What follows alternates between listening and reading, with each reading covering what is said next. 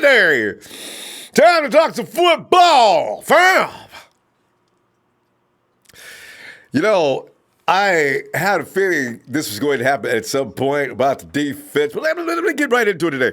The participation report, according to injuries, Dee Ford will miss at least another week of practice after receiving an injection in his knee.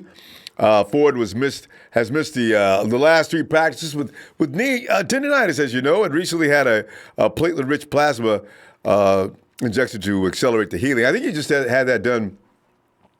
I mean, it might have been yesterday, but they're just now reporting it, though. Shanahan was asked if Ford's knee issue took the 49ers by surprise. It seems his response to the question was, you hear about wear and tear on guys. You get every medical report that they've ever had from their trainers, and that's been on the list. So if you're wondering if the 49ers made the decision based on just the fact that he's a good football player and didn't look at that, well, no, they did see that report, and they probably figured since Dee looked like he did last year, it must not be such a big deal, which it probably isn't.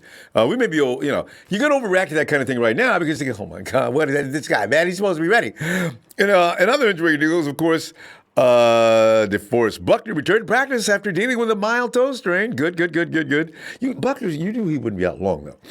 And Akello Witherspoon, his butt's still hurting. He missed his second straight practice. Jeff Wilson, calf. Joshua Garnett and Jimmy Ward, of course, do continue to try to heal up and get back within the next 2 to 3 weeks. All right, hey, let's jump right into this because this is going to be fun today because everybody loves when the defense does well, right? Everybody loves it. You want the offense to come on, and they will because this is the way it goes this time of year anyway. Normally the defense does just beat up on the offense until they get their program fully installed. Everybody gets in sync. It's a little more thing. It's a mechanism that needs a little more fine-tuning before the car starts to run smooth. So training camp day 8 even.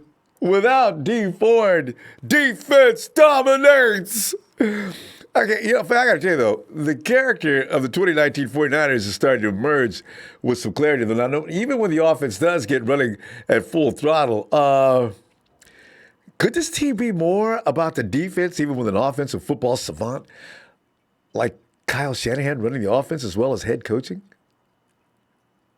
Wouldn't that be special? Because, you see, no matter what, Kyle Shanahan's not going to get stopped by the everyday average team. Most of the teams, there may be 3 or 4 teams in the NFL that can actually stop him if he has all the weapons at his hand that he needs. Now, if our defense is going to come along and just beat up everything, I mean, just something to think about, It's exciting for us, the possibility. Dee Ford is nursing that ailing knee, though. It flares up annually, as I mentioned, at the same time. But meanwhile, you got Nick Bosa, who appears to be gaining. And the more comfortable he gets, the more vicious he seems to be getting.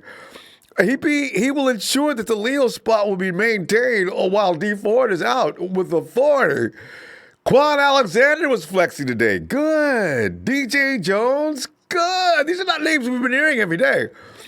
Dre Greenlaw. You heard he cut his hand the other day. Of course, he's been out for a bit. Had a day today. The biggest claim the offense can make today is the incomparable Jimmy G string of no INTs throughout camp does continue. These are the kind of things, it's a good thing because everything else, let me go on.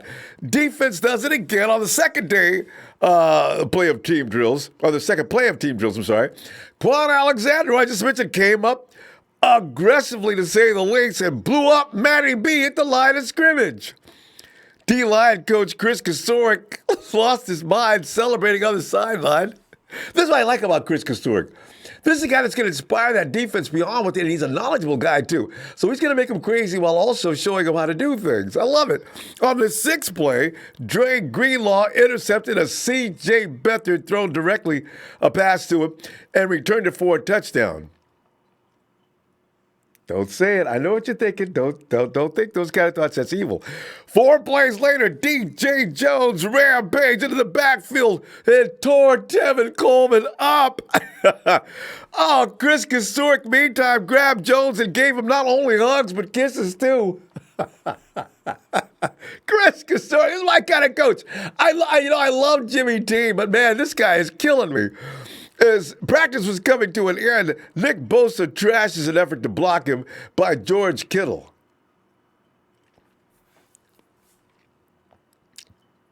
Who? George Kittle? Bosa just knocked him out of the way and did what he wanted to do? Fam, I think we have more here than we could have imagined. You know what I'm saying? This is crazy. And he forced a fumble by Coleman in the backfield. Coleman was a target today, wasn't he? They just beat his butt.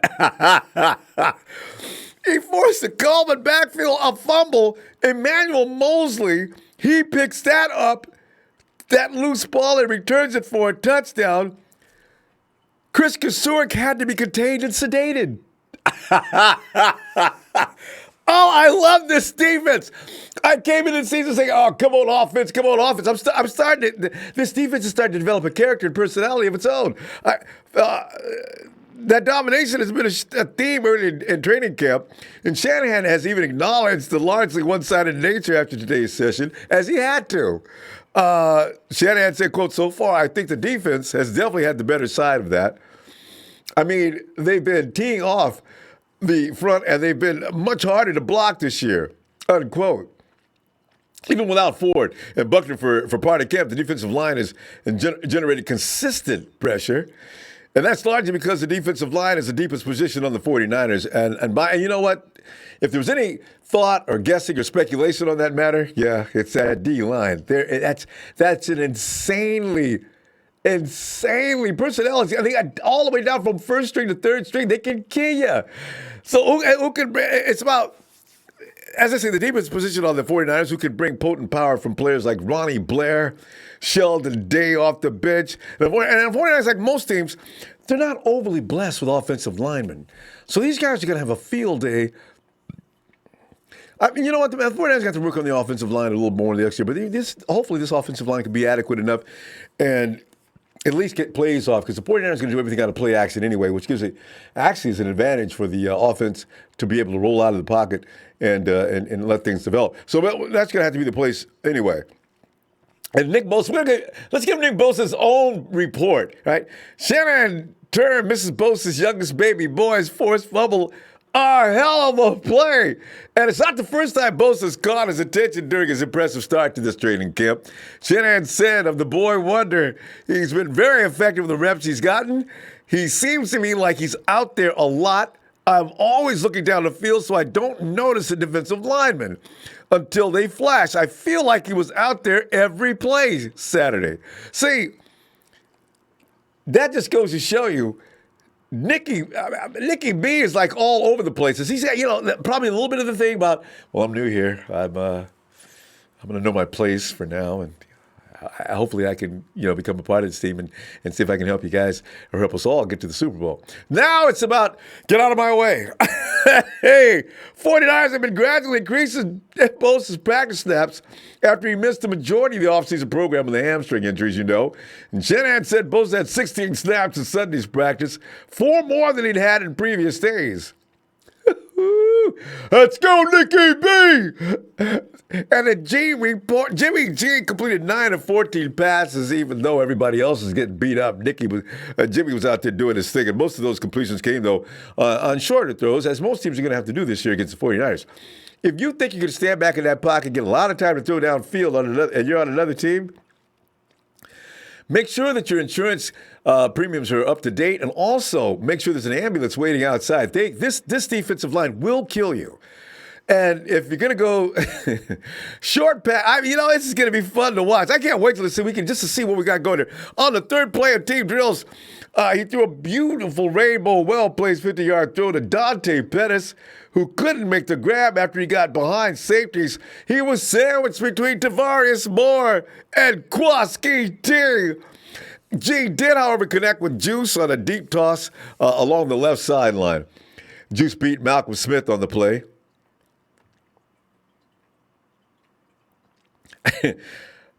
G's worst throw, he had Trent Taylor wide open on a deep post, but his pass sailed high. Oh, one thing that will not happen again is this. Unlike Friday when G was a pass catcher on a trick play, G was not seen running a route one. And he may never be seen doing so again. After Friday's practice, Shanahan said Jed York let him know he wasn't a big fan of the play in which G caught a pass from Pettis near the goal line where he would have been tackled by two defenders. And Shanahan said, yeah, he said he really liked the play call that I had that Jimmy caught and made a cut right back into the defense. I speak sarcasm well, so I knew what he was saying.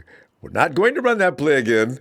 He didn't tell me we can't run the play again, but I saw it in his eyes, and he was right.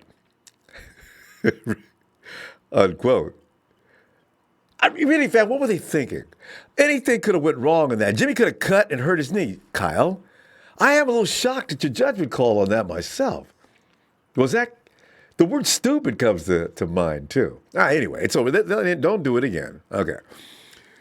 Dee Greenlaw had a wrap on his left hand from that laceration we heard about the other day, and he appeared to aggravate that injury while celebrating his pick six. Oh, no!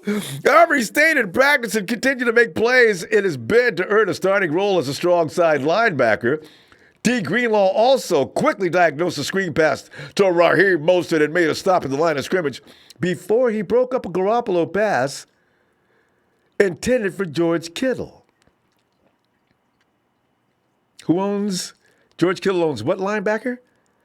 In fact, Malcolm Smith during the play was reportedly seen by several witnesses on the sidelines sobbing uncontrollably.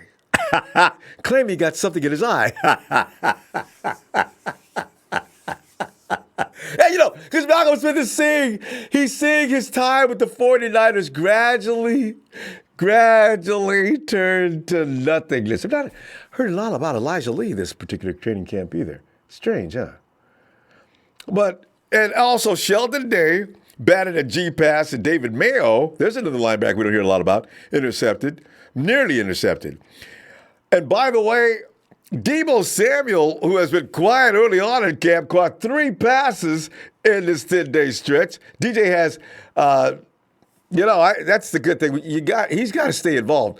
We're not hearing enough from our newbies. And DJ Jones had a busy day. He followed that play by blowing up another run play in the backfield in which he stopped Matty B.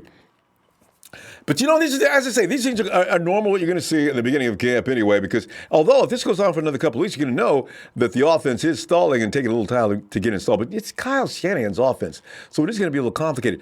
I just hope they know they only got 3 weeks to get this in order.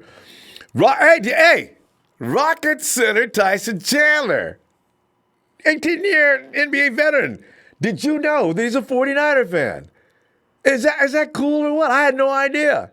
Dude attended practice and spoke afterwards with a group that included Jimmy G, Richard Sherman, who he went to school with. Or not, I think he did go to school with him. Yeah. They're both from SoCal. Jordan Matthews was in there. And, Hey, remember how many guys we had last year on the IR at this time? It may have been due to too much violence too soon. And I do remember Shanahan saying things like, we go ahead and we get tough now because we don't want it to be a surprise or a shock when the season gets started. Well, that turned out to be a plan that backfired. So Shanahan was asked if the 49ers will have any live tackling periods during training camp this year. And he answered that question. He said, no, absolutely not.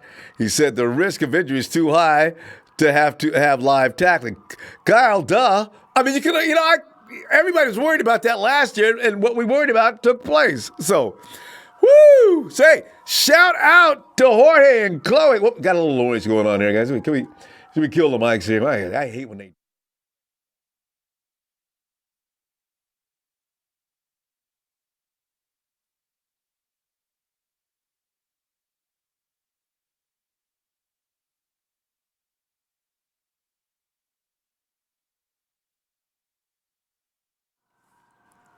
Okay. Hey, sack Fred. Oh, I'm sorry. William Robinson will be our number 1 receiver to start the season. By the way, Kyle Shanahan's on his presser today. He's not closed to keeping 7 wide receivers. Okay, we'll watch how that drama unfolds.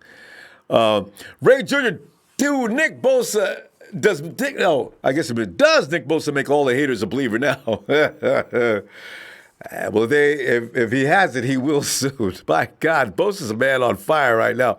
If he can just stay on the field, we'll be fine. Lavelle Forrest, what's up? It's almost time for some 49ers football kickback. Pop, you got a good beer and pop yourself a good beer and watch the 49ers kick some ass. Let's go. Niners nonstop, Lavelle. Local 49ers fan, Goodwin will have 550 yards and 4 TDs is a prediction. And local 49ers fan wants Arizona Cardinal fans to realize that whatever you're getting paid to attend games, you probably should ask for a raise. I got to be careful about that kind of thing. Kyler Murray could be a little different. Niners knock him cold. Holy poop. Kyle put Tart on blast in his presser. He said Harris has proven he is better than Tart, and Tart is going to have to fight for his spot. I saw that presser. I didn't see that, though. He said somebody asked about the situation, and I thought he responded with he has every opportunity to place himself in a position to win this position. But he didn't really say that Tart sucked. I mean, not really. Well, if he said he's even competing with him, that says something, right? Terrence Hicks, what's up? He says, I think we just might have the deepest receiving threat in the NFL on the field at all times. Can hit you with a mismatch from anywhere. If it's not out, the running backs is tight end. If it's not tight end, it's wide receiver. That's true, too. A lot of people don't respect having a bunch of twos as wide receivers. But with Kyle Shanahan's offensive system, twos are just as good as ones. And probably with his offensive system, twos are better than having a one. Because as I say, you don't rely on that one. That ball is so evenly distributed. And plus, when you've got a blockbuster tight end like George Kittle, who needs a one? But if you get one good, one of them's going to emerge probably as a top dog anyway. And you can make any prediction on that. It's just hard to know. Anthony McLean, yes, fam, what's up? Talking Man 78, hashtag Go Niners, hashtag Niners Empire, hashtag Niners Faithful, hashtag Niners for Life. God bless Talking Man. San Francisco, a.k.a. San Francisco. Jimmy J's back, baby. We'll be running our own Cali special this year. And Jordan Kelly, he said, hey, sup, my mom wants to know when you're coming over for dinner. Jordan, as long as you guys are having pizza, I'll be right over. Hey, listen, don't worry about the anchovies. I like those too. Josh Rose says, hey, KB is for sure making the team, and I think he will get 800 yards and 8 TDs. And people got to respect one thing. No matter what's happened in his past, last year, people are clowning him because he led the team with less than 500 yards, and they blame him for it. But you got to know this. He is progressing. And if the progression continues from the first year, you saw it to the last year, he's looking better this year, he's having a strong camp. One never knows what his potential is. Max Jake, hey, sup? Nick Bosa's name comes up every day in camp. Game changer. Have you noticed that? Every day we're talking about Nick Bosa doing something extraordinary. He's a rookie out there looking like a seasoned pro. Brian Diaz, Chris Kasoric probably had to be stretched out after seeing Borsten's forced fumble. I don't know if Chris Kasoric can even make it through camp. He gets really excited, but he's a very high-strung coach. That's a good thing for us. I'm loving this stuff, man. Woo, man. Oh, let me go to my player partner. There's a 0.5 and 0.5. As you know, the other 0.5 is straight. But let's go to 0.5. Will. Ronbo. Well, I'm in celebration mode, you know what I'm saying, man? Because I ain't even worried about the offense, but I'm delighted to see the defense. It's just awful to come out there and work against every day. The offense must be saying, oh, man, can't wait till we can get through and start playing other teams, man. These dudes is killing me. Ronbo. Oh, God. And when I read that Bosa ran through George Kittle to create a fumble, I paused just like you did, man. I'm like, what? Stone Cold Kittle, man, and you know how much of a beast he is, man. Bosa pushed him out the way and created a fumble. And George prides himself in beating up on bigger dudes. And look, Hey, shout out to the training staff, man. Go ahead and get Dee Ford knee right, man, so he can come back the week after, man. Because Nick Bosa is picking He'll up hold his it slack. down. So yeah, man. So man, we ain't. That's amazing, man. You know, Dee Ford out and Bosa still out there making plays. That shows you how much of a dominant defensive line we got, man. And it shows you how much of a dominant player Bosa is, man. I mean, even if Dee Ford missed a game and Bosa had to play the edge, as him as the only starter on the edge, still making plays. You really ain't losing nothing. And you could put Eric Armstead or Contavious Street, a couple other guys. You could put Ronnie Blair over at the big end. We'll be fine. It'd be ridiculous with Dee Ford there, and hopefully that doesn't take long. But absolutely, this defensive line is ridiculous. Man, this is crazy, man. Hey, look, man. Malcolm Smith and Kwon Alexander, y'all about to get y'all spots too. I'm dead ass serious, man. You should be. They like y'all. They on the hot seat, man. This one. Look, did you know that breakup Dre Greenlaw had? They said he was running step for step with Tevin Coleman. Yep. Oh, they said he's a run and chase. I didn't know what they meant by that. You and I both know Tevin Coleman is not slow. Good Lord. Man, it's on Twitter, man. They said Greenlaw was running step for step with Coleman, man, and created an incomparable pass. Knocked the ball down, man. Come on, man. Give this man a shot, man. Malcolm Smith about to be out of there, bro. It's over, It's Will. over with. I almost promised you it's over. With. Bet money on it. If Vegas brings up a betting line on that, I'm putting everything I can find on it, man. I'm telling you right now. Malcolm Smith, if Kyle makes a mistake or lets anybody on the defensive coaching staff make that mistake, they have to be fired. Dre Greenlaw is clearly better. Clearly. Man, if Malcolm Smith start week 1, I'm going to be pissed, Ronbo. I'm going to be so fucking mad. I'm going to be mad, man. I'm going to throw my phone. I'm going to break my phone. I'm going to be mad. Just don't throw it at your television and break the screen. Throw it out the window. No, I'm gonna throw it on the floor. Man, look, man. Look, Dre Greenlaw has been doing too much, man. He's been doing too much good stuff on that field. I've been hearing more about him than Malcolm Smith. Yep. And when you do hear about we hear about Malcolm Smith, but it's not nice. I've not yet heard anything good about Malcolm Smith other than George Kittle whooping his ass every report. See, that doesn't work. Man, look, man. I'm gonna be mad if Dre Greenlaw start, man. And then Kyle did say in this press today that Marcel Harris he said he stays consistent in his reps and he always making plays, and he said he's really pushing Kwon Alexander for that starting position. That's what he said at the press. Mm-hmm. So because the reporters wanted to know, is it possible? And Kyle went on to say, yeah, he's coming in healthy this year. He's having a great camp, so he's getting everything he needs to know. The writing's on the wall, Will. Yeah, these guys that been there and haven't done that are about to lose their spots. That's just the way it is.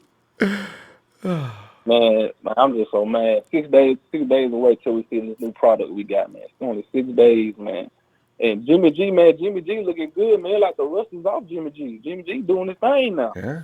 Like the rust is off, man. So I mean, I ain't no interceptions yet. You know what I'm saying? So throwing nice what deep call downfield passes. That, man? Yeah.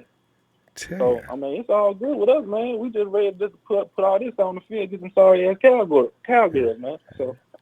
I just wonder who's going to start at center.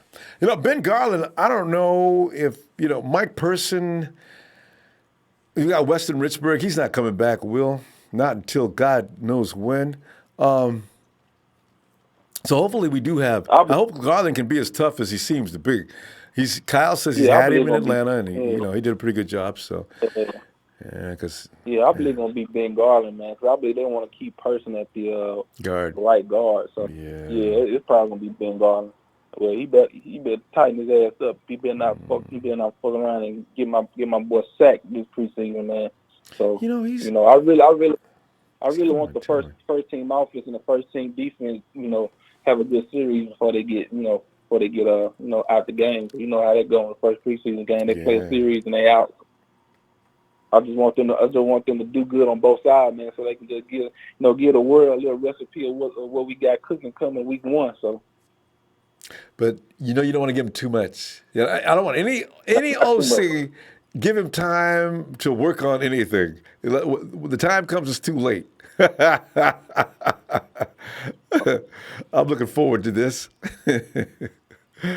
Oh God. Man. But yeah, man, that's all I have for tonight, man. Go ahead and get out, man. Want to give a shout out to you, Ronbo, man. Thanks, fam. Shout out to my fam, my player partner Dre Trez, Big Show, Jerry Fresh. Check out his videos. He got some videos up, and check them out, man. They real dope as always. Russo, shout out to Shay Lewis, man. The Red 49 hit. Fuck the Rams. You already know. Fuck Rudy. They lost the Super Bowl. They only scored 3 measly points. And they will always, forever be broke. Yeah. All right, Ronbo. I will. Oh, I love it. The observation has been made. Ronbo, it's okay. He lives in the hood. The hood is down the street, okay? If you do hear helicopters going overhead, at least you know they're not coming to pick me up. I'm here with you. I'm not doing anything wrong. Get out. Hey, Mike. Come on in, Mike. Katie, I see you. Mike. What's up, Ronbo? Mike, I'm telling you, man, I can't stop grinning, man. Every time I think about the defense domination, and I know Kyle's going to get his offense rolling at some point, probably soon. But in the meantime, we do know right now we don't have to wait. We know our defense is downright dirty, nasty. We may have to change their name to the Nasty Boys at some point. Man, I love this defense.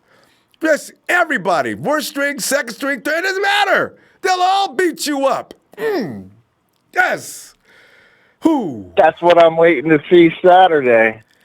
That'll be the first test for these new guys. Everything is, hey, I tweeted you. I don't know if you got it. I'm marinating the crow on Bosa right now. The word coming out of camp is he's showing out, right? He's showing out. So I mean that makes me happy, man. That makes me real happy. The only thing is Joe Staley, he's giving him good praise, but Joe Staley isn't going to treat Bosa like he's going to treat a defensive end in a game on an opposing team. So I'm excited to see what Bosa looks like against the starting left tackle against the Cowboys, because the Cowboys have a good offensive line. That's true. So, you're right. They have That's a really good test. offensive line. So this is going to be the first few minutes. As long as it's starters against starters, we can gauge a little bit where this defense is at against this offensive line here. But I can tell you this about that. Maybe the first 2 or 3 times Joe was taking it easy on the kid, but the 4th, 5th, and 6th time, Joe's probably saying, "Okay, he started getting them. He's starting to make me look bad. Give him a little. Yeah, he's starting to make me look bad. I got to do something about it." Listen, Nick Bosa. George Kittle never plays anything but 100 miles an hour. He got rid of George quickly. I got to tell you, it's all about, like I told you before the draft, technique-wise, and even then I didn't know what I was talking about, but I knew he had good technique. Technique-wise, we may have the top technician coming off the edge in the NFL. That's no kidding. I mean, Von Miller's good, but he uses speed and some other things, but he has good hand technique. What I want to know is can he, my only knock with is what's he going to do? Can he play with pain? Injuries. Injuries. That's the thing. What kind of heart does this man have? That's my only worry, is because of just the way like Joey treated his injuries, and I can answer that question. Here's the thing: if it's not an injury that just one that just completely leaves him unable to function, I'm pretty sure both him and Joey probably play with pain all the time. But if they take a knee out or you tear a muscle or something like that, even if That's you wanted different. it, That's different. Even if what I'm saying is, even if you want Even to if you continue, wanted to, the coaching you staff's not going to can't, let you do or it. it's not even smart to. You're going to ruin your career. That's Yeah. what I'm talking. You know what I'm talking about. You played football. You know That's why. when you had to play through pain and everything. Yeah. That's what I want to see. What kind of drive does he have? No, that's why I answered that question, because I say, you know what, he's not the kind of guy that's gonna. He's not a wimp. You can tell he's not a wimp. If he has a sore something to this and that, and it still works. Oh, I promise you, this guy will still be on the field. So yeah. Good. Hey, I'm excited, man. This offense, this defense. I believe Kyle finally has all the pieces in his third year here. He has every piece that he needs to run his offense at 110%. If he needs to push down the throttle, he can do it. And I'm excited to see what it's going to look like, because finally he can unleash everything. Yep. No holding back now. He's got speed. He's got every element of the game on his offensive side of the ball. Every conceivable element that you need, he's now got it. All he's got to do is put it together. Debo, hey man, have you been taking a look at Debo? Had a great day last few days. Yeah. He looks good, man. He reminds me of Anquan Bolden, but just more speed. Yeah. Right? He just that kind of toughness, just get it and eat you up. But he's going to be able to. He's not the fastest guy in the world, but he's faster than Bolden was. That's for sure. For a running back. I want him to get those Anquan Bolden arms, though. See, those are things that Bolden used to kill people with those arms, man. Yeah, he had guns. Yeah, he was a bad dude. I remember when he broke his face when he was with the Cardinals, and he got his face broken, and he came back a couple weeks later playing with a fractured face. And do you remember that? That's a tough guy. I think it was even played the playoffs with that. That's what those tough guys do, man. They don't care about pain. Who's that? That was the wife. She just got home. I don't know where that manly voice came from. Say hi to the fam for me. Hello. Oh, shit. Oh man, but yeah. Hey, so what's up? You gonna come down to Phoenix for the Thursday night Halloween game? Come to Phoenix for the Thursday night Halloween game? Probably not. Because local 49ers fan will be there, though. He'll be there to tease Arizona Cardinal fans. I'll be That's here. where I'm going to be, man. All right. Well, you're going to call in. You're going to call in. I'm going to dress up as a gold miner. All right. You're going to be here. Honey, you got to call in, and I want to see that dress amongst that sea of pure red behind you. So... dude, I taunt people when I go to the game. You gotta. It's the only point. I mean, I don't. I'm not the asshole, but But you still let them know. Doug, I don't care, man. I'm not one of those people who, are just sitting around casually fanning. But right. Mike, we gotta go though. I'll talk. Okay. All right, man. But see tomorrow. You gotta work on getting out here Thursday night football, Halloween. We can do a whole show on Ronbo, tailgating, and everything, and we'll crash the birdhouse. That would be fun. Or bird's nest, whatever the hell they call it out here. All right, Phil. All right, Mike. Talk to you tomorrow if you get a chance. All right. Have a good night. And we move quickly to Rob. Rob, come on in, man. Rob. Having fun here tonight. It's always the nights we hear about way overwhelming defense that you just gotta. This is such a wonderful feeling about it, But are you thinking that is Malcolm Smith, has his fate, has his tomb been sealed? And do you think Marshall Harris, if he continues to play, is Kwaski T in trouble? Yes, and yes. I believe Malcolm Smith. I don't. You know what? I don't think he's going to make the team this year. I think we just got too much talent involved with this. He's just too much bad reports I'm hearing from him, and I heard George Kittle's kicking his butt, but I'm pretty excited about Nick Bosa. He's Well, he sure knows how to work those arms real well. Don't he? Out there. Just like I think he was doing that when he was 2 years old. Yeah. You know, he had just football in his blood at 2 years old. And all this time, and I'm really excited about that guy. I'm pretty sure he's probably going to end up getting 12 sacks at least this year. Do you see a possible Rookie of the Year? Because hey, tonight we should all do this. Go check out and see what the other people, Quentin Williams, Josh, what's Josh's last name? Josh Allen. I'm sorry. I like Josh Allen. I'm just saying, Josh Allen, Quentin. There were some others that everybody wanted to see. What's that linebacker that everybody said we should have got him to? But we're gonna. I want to see who's gonna be the real Rookie of the Year this year. And you could tell early on sometimes it's too soon, but we may have. Too soon. Yeah. Yeah, but I mean, you don't know what Arizona quarterback's going to do either. Well, I forgot about him. Yeah. But he's on offense anyway. He wouldn't be in the same running with Nick, because he'd be the O-Roy. So D-Roy. Right. Yeah. But it's exciting to know that we have a good defense this year. It's exciting to know that we got the edge rushers. Like I said, I'm just excited that we're going to be probably coming from all angles of the field. When said hut, and you got to get rid of that ball as fast as you can. You're done. Yes, and that's good practice for them too, because there's going to be a few defenses this year that the 49ers are going to have to be quick with. Not many, but there's going to be some, because our offensive line actually, Rob, I think our offensive line, depending on how we look at center, our offensive line is pretty much can beat a lot of defenses in the NFL. Can you imagine a team that's got a poor offensive line and a so-so defensive line? There's the route game I'm talking about. There's the route.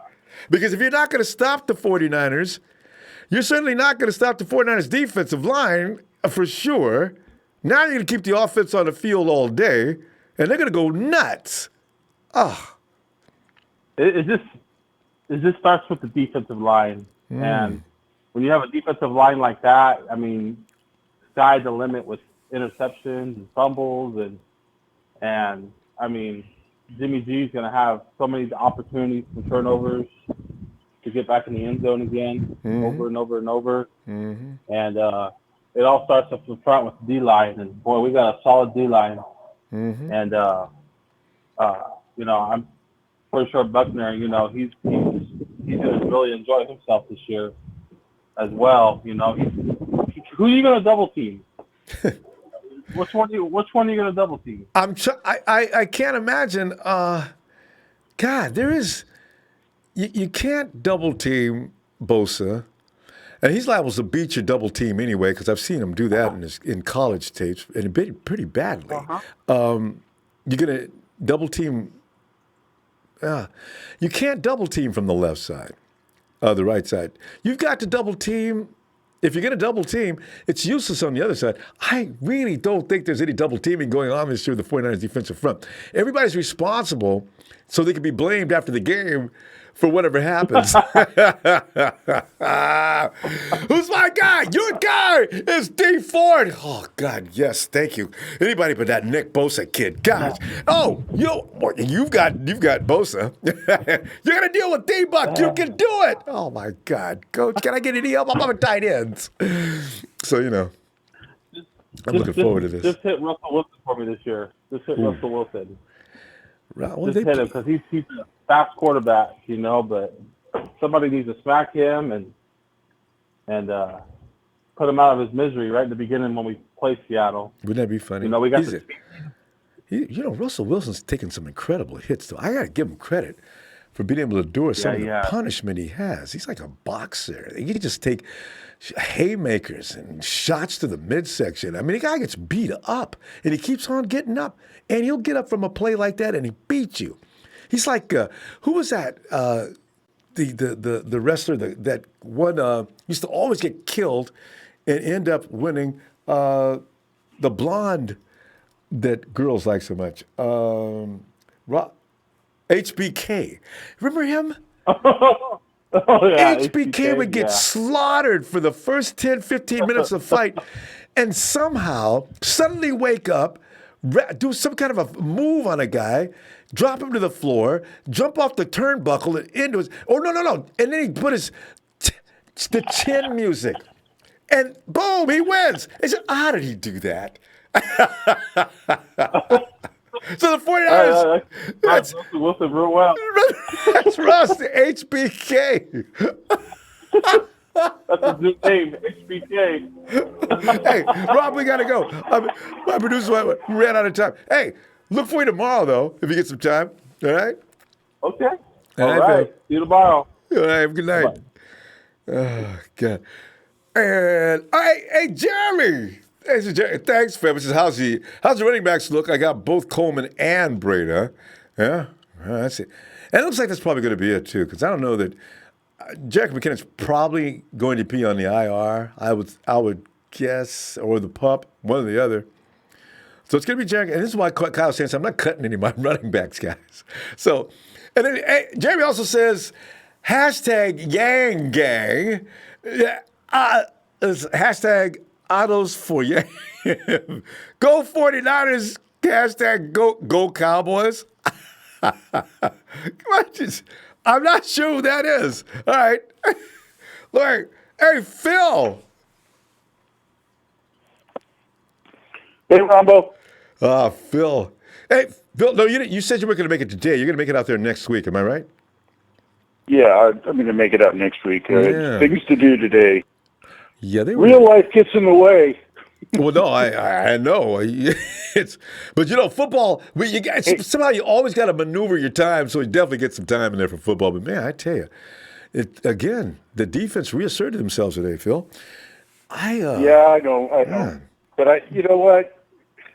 You got Kyle's not game planning. The offense is really specialized, and they're vanilla right now. True. And what surprised me is they threw a pass to Jimmy G. Well, that surprise you won't have to go through again. How was the last time Jed came down and asked some questions about a play? I can't remember if that ever happened before. God, that's hilarious. And Kyle blamed it on his coaching staff. But anyway, I don't see how Kyle can keep 7 wide receivers. Yeah. I think he's just pulling stuff out there. I mean, the way I look at it, you've got a 53-man roster, and I did some numbers, and you've got a 46-man dress squad, right? So for defensive line, you're going to have 9 guys on the team, 8 dress. For linebacker, you're going to have 7 guys on the team, 6 dress. For DBs, you're going to have 9 guys on the team, 8 dress. And then for offense, you've got quarterback, 2 dress.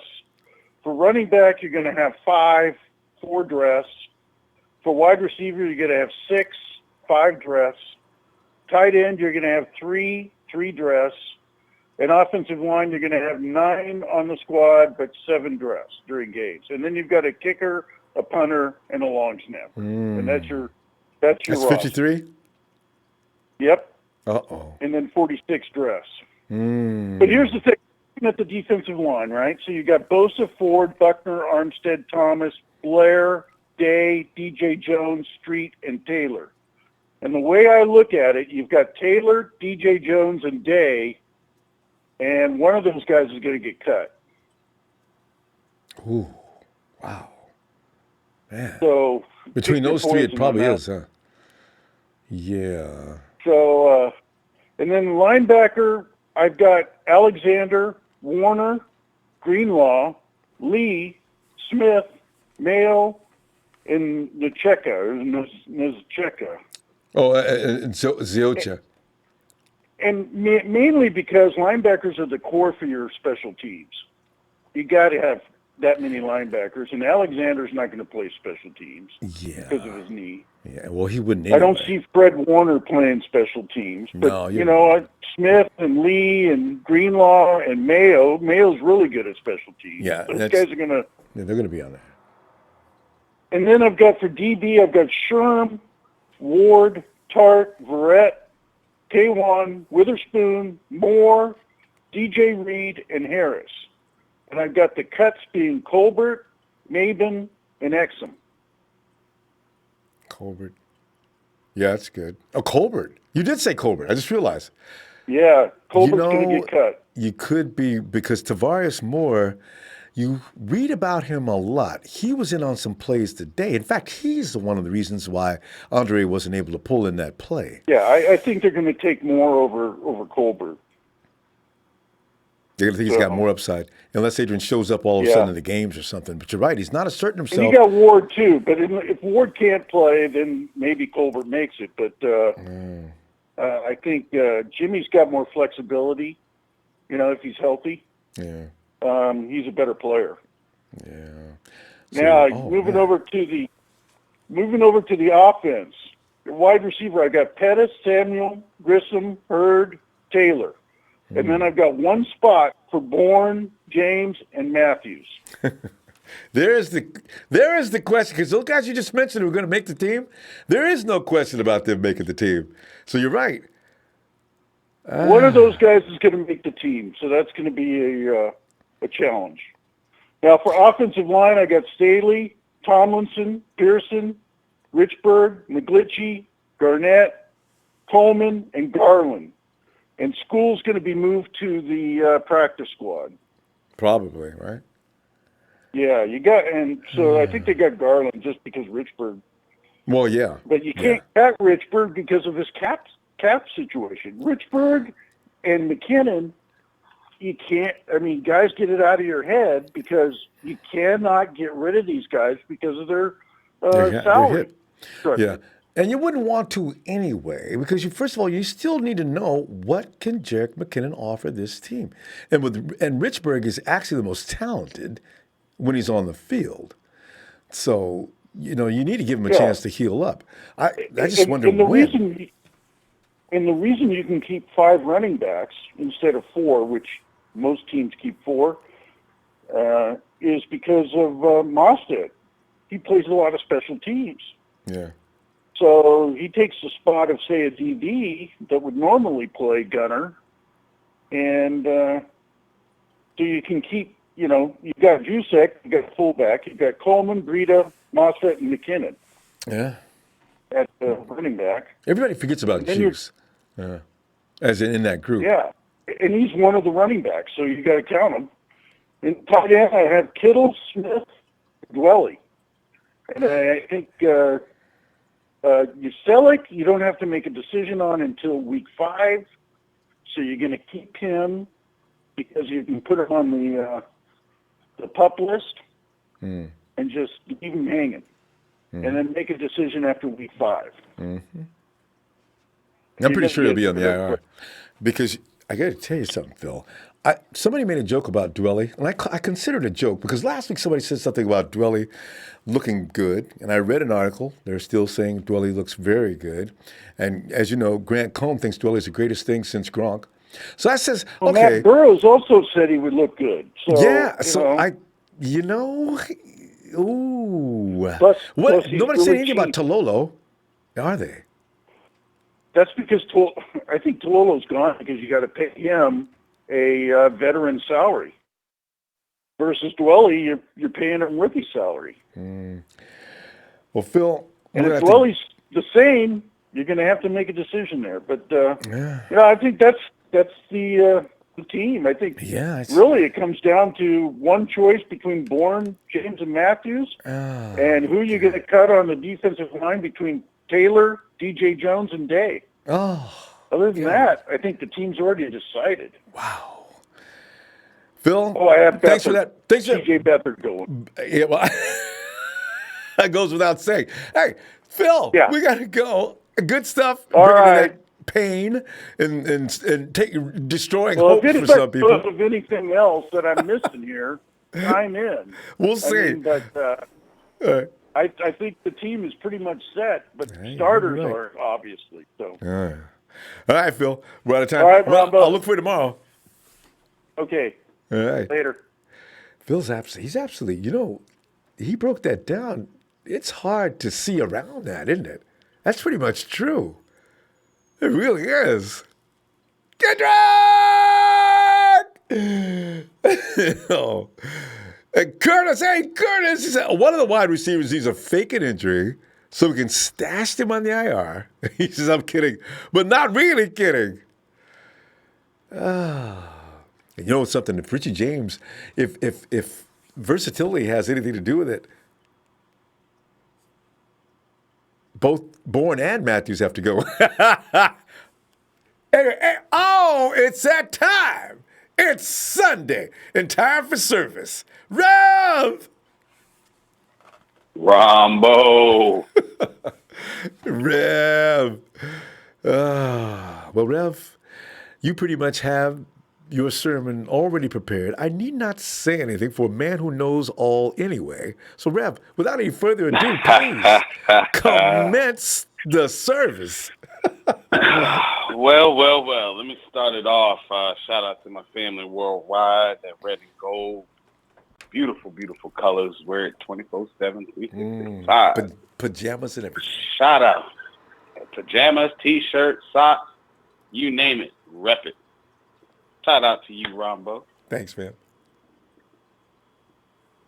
Well, now we got that out the way. Let's get to it. Hey, shout out to Phil, dropping knowledge. I love that. Shout out to my big bro Will. Man. It's when you hear the passion amongst other 49er fans and knowing they have the same feeling that you have, it's incredible. It's incredible. I've been saying it for a long time. Defense wins championships.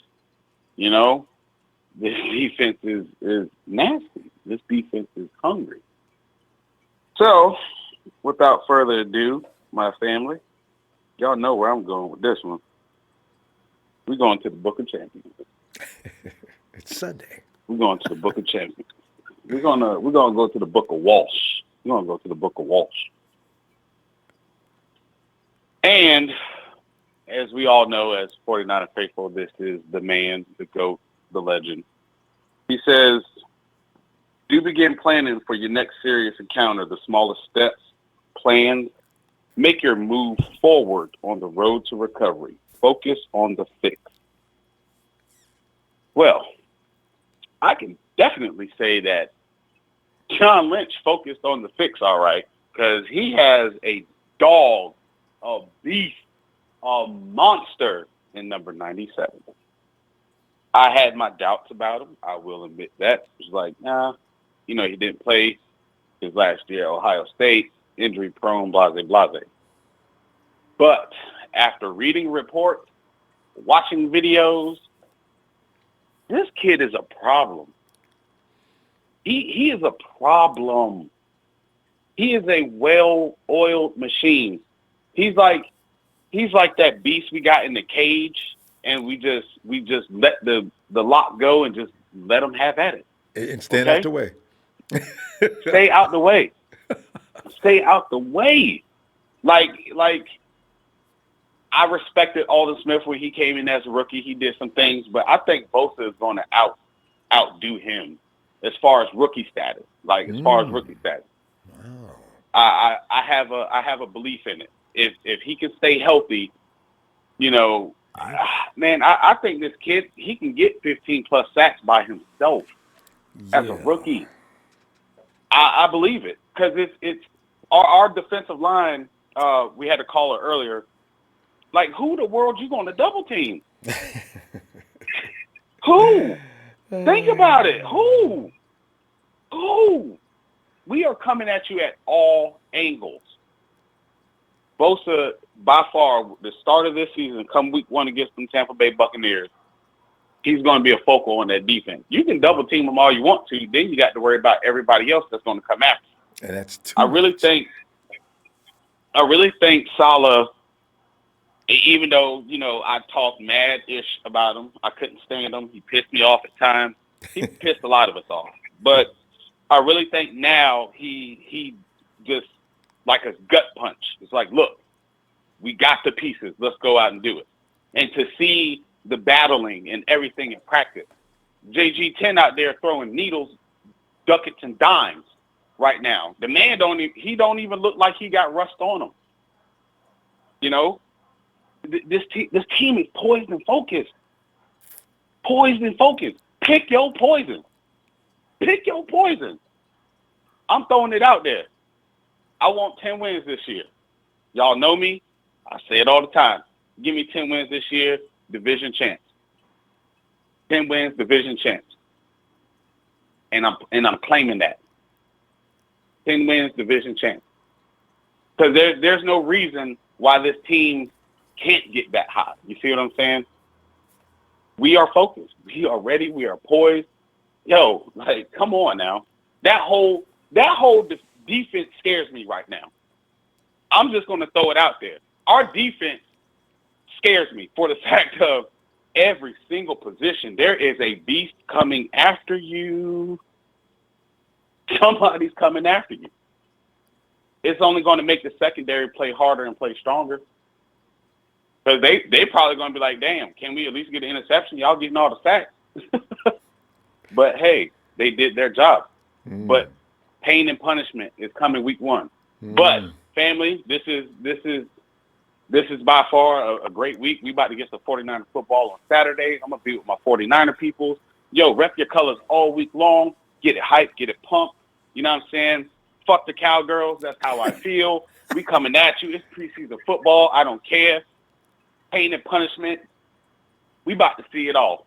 Like, I'm not even worried about the offense. I'm not, because the offense done proved with third stringers and fourth stringers they can still put up points in a regular season. Amen. So Kyle knows what he's doing. He knows what he's doing. This is the year of pain and punishment.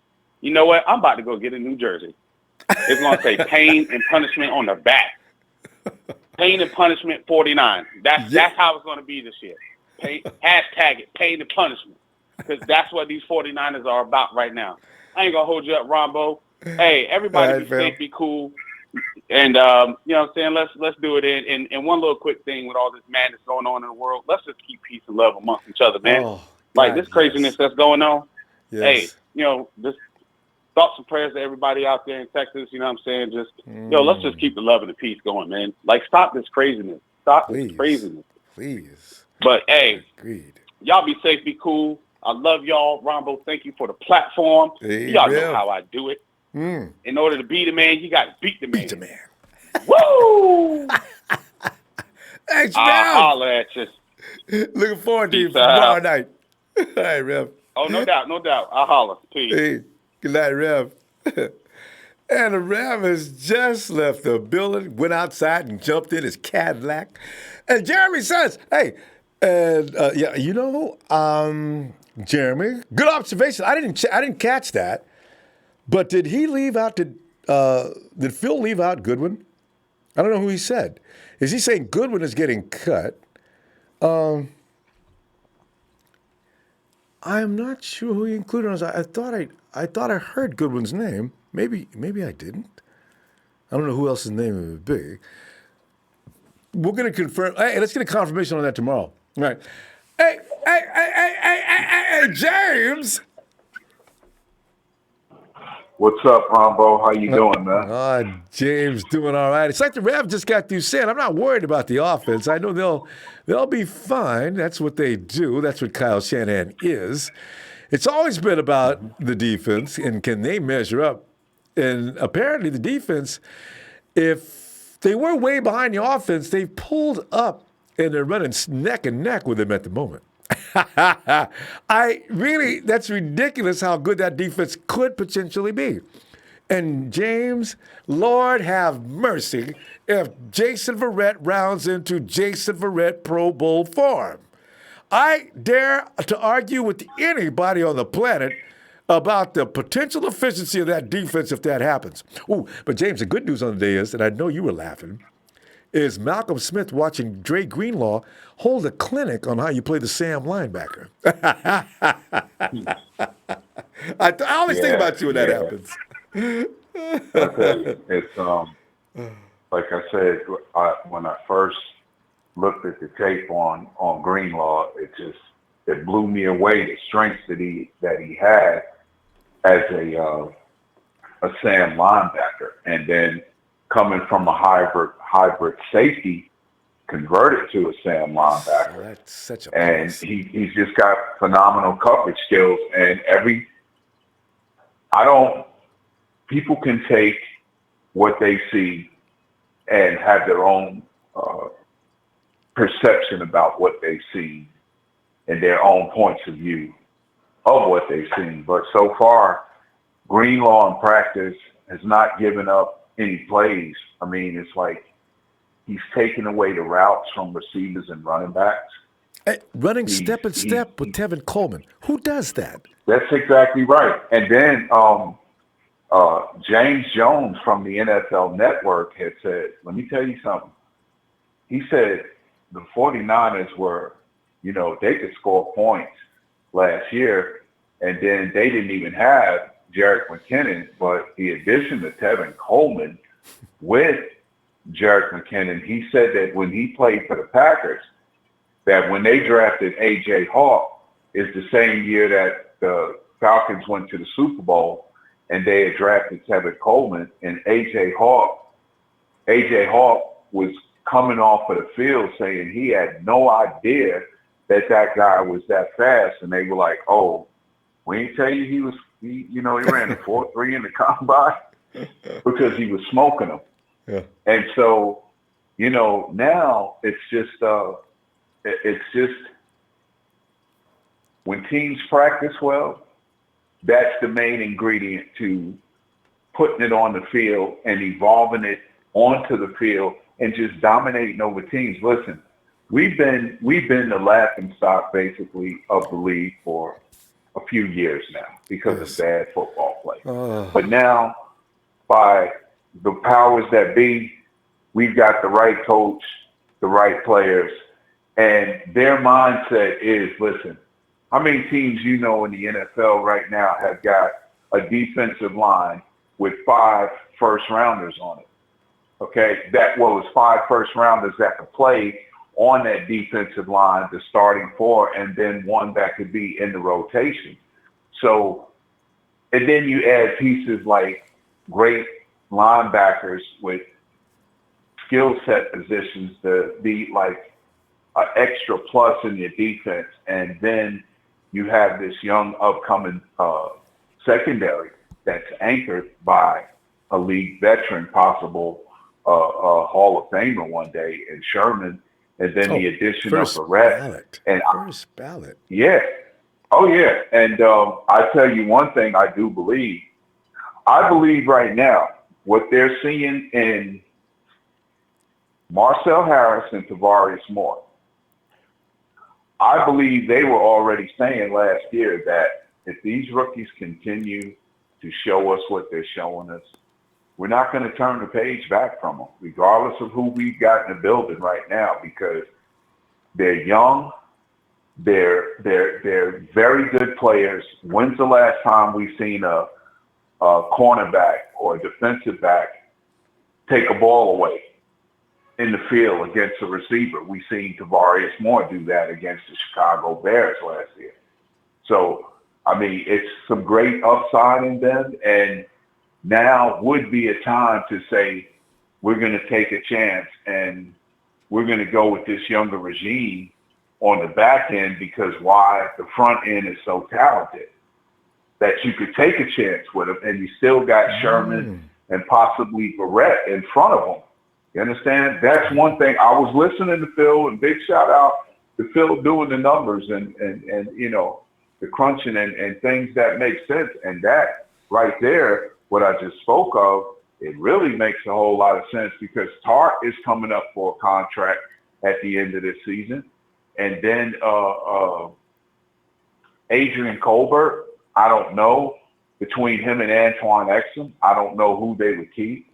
But I do believe that, they got part of their plans going forward for this defense. They want to see the rise of Marcel Harris and Devarius Moore. I think they're looking forward to that, and seeing it evolve, because at the end of the day, you got Tark coming up for a contract.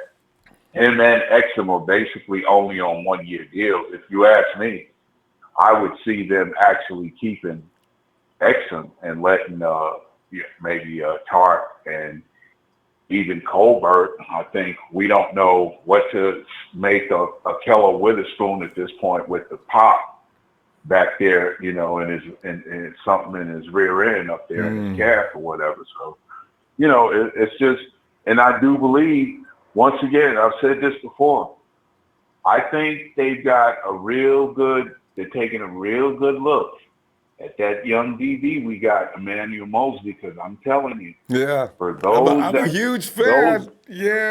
I'm trying to tell you, this guy is people that can remember a team like the Colts when Peyton was there, and they had a defensive back by the name of Bob Sanders. That's who Emmanuel Mosley reminds me so much of when you watch him play, because he's a straight forward, bringing the heat, pounding defensive back that wants to knock you off of your game every play. Not just cover you on the ball, knock you off of your game on every play that you attempt. As to leave a memory from next time you come through here, expect me to be here to greet you. James, we got to pull up, though. I know, Ronbo, I just want to say this before you roll, and I know you got a lot of callers, but I think this is going to be a year that this team, defensively, we may actually interfere with some other teams' records, but I'm all right with that. But I got a feeling they're going to leave off the field telling the opposing teams on that coin flip, hey, you're going to remember the night you played the Niners, all right? Good luck. Absolutely. Ronbo, thank you for the platform you provide. Hey, James. Thank you for all that you do for us, man. Niner Empire, Niner for life. Have a great evening. Thank you once again, man. Thank you, James. Looking forward to hearing from you tomorrow night. All right. All right, man. All right. Have a good evening. Hey. And, we're just in time. And on us, he's got to go to school tomorrow. Hey, Braden. Hey, what's up, Ronbo? Hey, Braden. Hi. Just sitting here talking about the 49ers, as we like to do. And I'm glad to hear that you're okay. Braden, how close were you to the accident yesterday? I guess you didn't, you weren't near that. Where the gunmen were kind of getting crazy there. About the El Paso shooting and the Dayton, Ohio shooting? Yeah. You're outside. It was Dayton, Ohio. Where are you? I'm West Lafayette. I'm in West Lafayette, Ohio. Dayton's a little bit far away from West Lafayette. It'll probably take an hour or so to get from Dayton to West Lafayette. Okay. Well, listen, you keep your eyes peeled. I'm starting to get a little concerned. Keep your eyes out, because right now it's a very scary period. So just watch everything that's going on around you at all times, and just keep an eye on everybody. But anyway, right, Ronbo. Well, so let's say, you know what? Let us talk about that defense there. Braden, did you see that the defense got back on top? Jimmy G's streak of not missing any and throwing any ITs is still awake. But Braden, are you proud of this defense or what? This defense is looking like Super Bowl contenders. Seriously. There's the word! Dayton said it! Domination. This is one time you wish the 49ers could just borrow the phrase nation. 49ers, domination, kings of the... there's so many things you could do with that, but we're still the empire. Hey, we're the empire. We bring the fire. We make nations our little... I can't use that word because you're 12 years old. But That's all right. I've heard cuss words so many times, Ronbo. It's all right. I refuse to do it. I'm going to set an example here. I want to be the kind of role model that Braden can say, I've never picked up any bad habits from Ronbo. So there you go. But I just gestured so you know. But Brandon, you know what? That defense is going to be really good this year. Now, hey, we could have injuries like we do now. You got Dee Ford sitting around with his knee full of injections and things like that to help him heal up and get over his thing. And meanwhile, you've got Nick on one side. Wouldn't it be great if Solomon Thomas could all of a sudden just emerge as that guy that refuses to be called that other first-round pick? Brayden, what do you expect of Solomon Thomas this year? Oh, Solomon Thomas. Well, I'm not sure. Yeah. He's a strong guy, and he's very serious, and he seems focused this year too. So I don't know. We already talked about how many sacks we thought he's going to get. You know what else he's good at that he doesn't get enough credit for? He's the guy who can stop the running back really well, actually, because he overruns plays sometimes when he's going after the quarterback. I hope Chris Kasurik will probably make a difference in that as far as his technique. He's doing something fundamentally wrong kind of often. You know what I mean by fundamentally wrong? Some of his basics need to be changed. He's got to take better angles, too. So I'm sure they're going to work on those things. How do you feel about Chris Kasurik? You know he's a crazy man, right? Yeah. I think he's pretty crazy. Wouldn't you like to have a coach like that, though? Brayden, those are the kind of coaches that make you into everything you can be. Yeah. Yep. Coaches can be inspiring. They can bring good plays in the playbook. Anything in good deeds, lead the team to a championship, yes. That's right. And remember, Graydon, the nice guy coach usually is not the best guy. You got to have a kind of a crazy guy. You got to have that kind of coach that really, the players, like Bill Belichick. Do you know that most of the Patriots have actually publicly announced that they don't like Belichick, but they respect him? And in this position as a football player, that's what you need. It's just like a military sergeant. You know, you're in the armed services, right? This sergeant you can't handle, you can't stand him. But on the field of battle, he's taught you so much. He is the reason you're going to survive. And I think that's the same thing we think about what Kasurik and some of the others do as far as the 49ers go. So they're going to survive, Brayden, and be proud of it, and Kasurik. But they like him, though, anyway. They know what he's doing. Yep. All right. That makes total sense, yes. And it's going to make more sense, too. Yes! Brayden! Hey, ranking, Brayden, go ahead. That defense is going to rank between 1 and what? 5, 6, 7, 8, 9, 10. In the top 15? Top 20? Brayden, where's this defense going to rank? This defense is really legit, to be honest. So 49ers are going to be legit this year, and their defense is going to be number 1 or number 2 in my books. I knew you were going to say that. That's why I love asking those kind of questions, Brayden, because you like to step past the boundaries like I'd like to see and go ahead and say the bold statement. Make it big. Why do we need to worry about being mediocre? We are the Niners. We are the Niners. Hey, Brayden. Niners. We are the Niners. We are the Niners. We have pride and freedom. That's right. Brayden, I'm telling you what, I'm going to look for you tomorrow. We're going to let you get some rest because I know it's late where you are. And if you get a chance, we're going to get in as early as we can tomorrow. We're going to stop coming in 7 o'clock. All right. Brayden, have a good night. All right. I want to make a shout-out real quick. All right. Shout-out to everyone in the chat. You all are my fam. You're like all my brothers. Maybe if there's girls, they could be sisters. Yeah. And tell Texas boy to quit being mean to me. He's being mean to me. He's been calling me a baby. He says I watch PBS Kids shows. I watch them old adult shows, bro. Hey. Why don't you tell Texas boy that for me? Thanks. we're gonna tell him about that, and you know what? I want you to tell him, give him a listing of the programs you watched, to let him know that you're a little more adult than he gives you credit for. All right, that'll fix him. Yeah. All right, Braden, have a good night. All right. Buy me a jersey. Good night. Gee, I love that kid. Texas boy, you cannot pick on my boy Braden. What are you doing? He watches more than. Come on.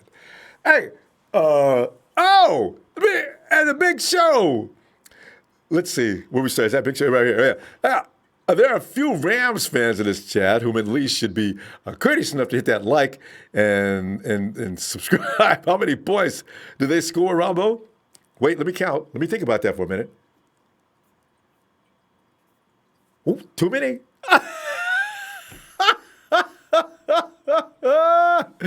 Show! Thanks for the contributions, too. Eric Sanchez! Well, I love to see what that work hat on. I know it's hard to find that. I guess you got to go to eBay or something to find that. It's a throwback. It's awesome. And, hey, there's Jorge Ruiz! Well, hey, thank you, fam. I love this. You can do anything with those emoji pairs. That's great. Hey, Demetrius! Ronbo. What's going on, bro? Oh, Demetrius, you know, there's something very comforting knowing that you have a great defense, and not like the Cardinals, who had a good defense last year, really, but people can't give any credit for it much. But their offense was just handicapped. They may as well have been out there in a bunch of wheelchairs. But when you look at, yes, sir. You can't give a team, you cannot give Kyle Shanahan a solid defense to back him up. Demetrius, people don't know. They call us a sleeper. They just don't know. I look forward to this season. Sleeping on what? I can't wait, Ronbo. Yo, Ronbo, check this out. All these sports writers. First of all, what's up to you, bro? How you doing? How you feeling tonight? Great, fam. That's what's up, Ronbo. No, I ain't got much time. Second of all, yo, Lil Braden, man. You my little homie, man. This is the mistress from New York, bro, man. I got your back, bro. Yo, Texas boy, lay off him, man. I know, we're gonna hold them down like G Money and them. We're gonna do it like we did in you know, the movie with Wesley Snipes and them back and taking over the Carter, man. That's how we holding it down over here, man. Now, but I'm just joking. But Braden, I got your back, bro. You know what I mean? Nine for life. But Ronbo, we gonna hold it down. Defense gonna do their thing, man. Yes, like I said, bro, Bosa is genetic, bro. Like everything they throwing at him on that offensive line, he's seen it 3 and 4, 5, 6,000 times. You know what I mean? He's seen that shit growing up. So that's second nature to him. So he been know how to get to the quarterback as long as them dudes been playing. For years. You feel what I'm saying, Ronbo? Yes. That's what I was trying to tell everybody before the draft. I said, you know what? You're looking at a born and raised assassin. And I'm not talking about a guy who started playing in junior high school or high school. This kid comes out of the womb. As soon as he can walk, he's outside with his dad, who already is a pro, and learning the craft. And it's instilled. Everything he does is second nature. I love it. Mm-hmm. Yeah, yes, sir, man. Yes, sir. He's going to be a beast, though, Ronbo. I'm predicting, I don't know. I'm going to go, 14, 16 sacks, man. Maybe he could break a record or something. I don't know. I'm headed for the mountains, Ronbo. I swear to God, 14-2, man. Yo, nothing wrong with that. Yo, Ronbo, man, we looking good, man. Good. I'm excited, man. And it's good to see you excited, man. You got a smile on your face. You got a glow about you. I swear to God, Ronbo, you can tell, man. You can tell, bro. I was doing this last year, too, I got that feeling, man. I got that feeling. Nah, it's a different glow, Ronbo. You got that Leroy glow from the Last Dragon, man. You know what I mean? Ronbo, man. That's glowing. But there's something to be proud of right now before it even gets started. But it's like, you're going into Vegas and you got $2,000 or $3,000 of surplus you can use to make it bigger. Now, maybe the first night you lose $1,000 and it's no big deal. I can make this up tomorrow. The only thing that's going to scare you is if the next day you're calling moms on the phone. Mama, don't call. I told you not to call me when you get there. Yeah, Mama, listen.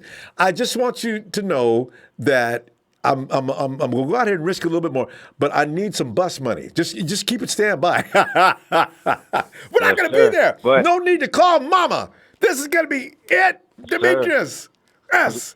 Because we got that money in the stash, Ronbo. You know what I'm saying? That's, with the second string players. That's the stash money That's right there. right. You see what I mean? So, So we're going to always come out on top. You know what I mean? All in all, did you see that?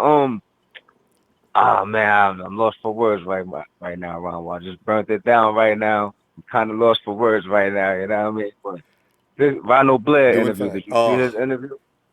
If you want to win, put Ronnie in. I told you, man. They want him to be a coach, man. They want this man to coach. He's young, man. He doesn't want to coach. He said I want to play. He doesn't even want to entertain that conversation right now. I can't believe they even said that to him. I swear to God, man, that's crazy. That's crazy. He said he got to know everybody's job out there, man. And that's what's up. Right. That's what I was getting ready to ask you about. Did you hear how he broke it down? He knows his job. Sir. He knows what the next guy's job is, so it helps him do his job. How many guys you hear talking Even like better. that? No wonder they call him a coach. That's brilliant. That's why I said what I said last night, man. Because, man, that locker room seemed like they got it together. Like it's militant as far as their attitude go towards the game and how they prep for the game and all of that. But I think they have their fun and all that. But when it comes to work, they take care of business, man. And that's why I'm excited. So I can't wait for them to see that on the field and all that. So I can't wait, man. So and you're gonna see, like everybody always says, man. Everybody uses the term well-oiled machine. I figure the offense by week 3, or probably by the time, you know what? The best game of the year, they won't have hit a peak. But when we play the Cleveland Browns, when they come to our house, look for... Oh, yeah, Ronbo. It's going to be a volcano eruption. Oh, it's going down, man. We're going to volcano erupt on them dudes. No disrespect, but we about to erupt. Ronbo, man. We're going to blow up on the whole NFL issue. Whoever's on our schedule, I was trying to Google the stat, Ronbo. I don't know if you could do it. Like, I wanted to see, like, what left tackles on our schedule. Like, how many total sacks did the left tackles give up that we have to play on our schedule? And if they gave up a lot, Ronbo, look out. Okay. You know who's going to have fun this year? He going to eat. They what? They going to eat. Buck and them boys going to eat. Cleveland used to have that Pro Bowler on the left side. I think he left. Remember he retired. He tore a bicep or something last year. Right? So Cleveland should probably they probably found a serviceable guy. But the Rams, they've got, you know what? That old guy they got. He was. I know who you're talking about. Dang it, I always forget his name. He's a left tackle. He's a tackle or a guard? No, he's a tackle. He's a very good tackle. He's a Pro Bowler. Nah, he is. He got the long last name. I just forget what it's something. Yeah. But anyway, the Rams, but everybody else, I don't know that there's a lot of old linemen that Nick Bosa and Dee Ford can't maul and mutilate. Not even that. That's what we got Street for. We got Ronald Blair for that. We got the meat and potatoes in the middle, man. We coming, Ronbo. We coming, man. We about to. I'm telling you. 14-2, man. That's my prediction, man. Word up, now. That's what I'm predicting, man. I ain't gonna argue with it. Yes, sir, Ronbo. Well, Demetrius, appreciate you getting in there, fam. Nice. You already know, Ronbo. You the man, bro. I have no issue waiting up for you. I just be feeling so bad when I pass out because that 4 a.m. comes so quick. But you know what I mean? Nobody's going to blame me. We try to get to you as fast as we can every time. So tomorrow night, and I keep promises getting an hour early. I keep coming an hour late. But Demetrius, look at you, man. There you are. Be my bro. Yes. Yes, sir, man. I holla at you, Ronbo, man. Enjoy your night. God bless you, bro, man. You too. Love y'all in the chat, man. Love y'all all of y'all, man. Y'all good people, man. Hey, we all love you back too, Demetrius. See you tomorrow. And put Texas Boy down. He apologizes for picking on Little Braden. He says, I'm sorry, with a big smile. Texas Boy. What will we be out without Texas Boy? He checks in every chat just to bother you. I mean, It's a good thing to be bothered every now and then. It keeps your mind sharp and rolling. 209, you're in Tracy, California. Hello. Yo. Who is this? G Block. What up, man? G Block. Let me put that. Now you in Tracy. G Block, I saw you on Instagram, G Block, and you said my boy Kendrick Bourne was the worst wide receiver we had. I said, D Block, I disagree. I mean, he's all right, man. He's just, you know what I mean? Just a regular receiver. He's all right. You know what I mean? But I feel like he's getting better. I feel like we need to keep our big our only big receiver that we got, which is that we signed, which is Jordan Matthews. You know, over him. You know. But we got Jalen Hurd. He might be better than Jordan Matthews. No. I'm saying that like the one from that we signed. You know, Jalen Hurd. Yeah, he's a rookie. He's gonna stay regardless. But I'm saying. Well, you said big. I mean, you know what? Kendrick's not tall. Small. Kendrick's not small, and he plays bigger than he is. He's like he's about 6'1", 6'2", somewhere in there. And today's his birthday too, by the way.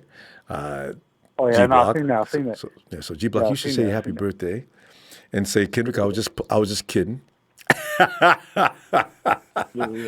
I ain't talked to you in forever. How you doing? Yeah, I know. I've been busy, man. You know, it's been busy, bro. You know. I know, man. It's that time. Well, you gotta get I ready. watch the show. I tune in sometimes. I tune in sometimes. You know. All right. Yeah.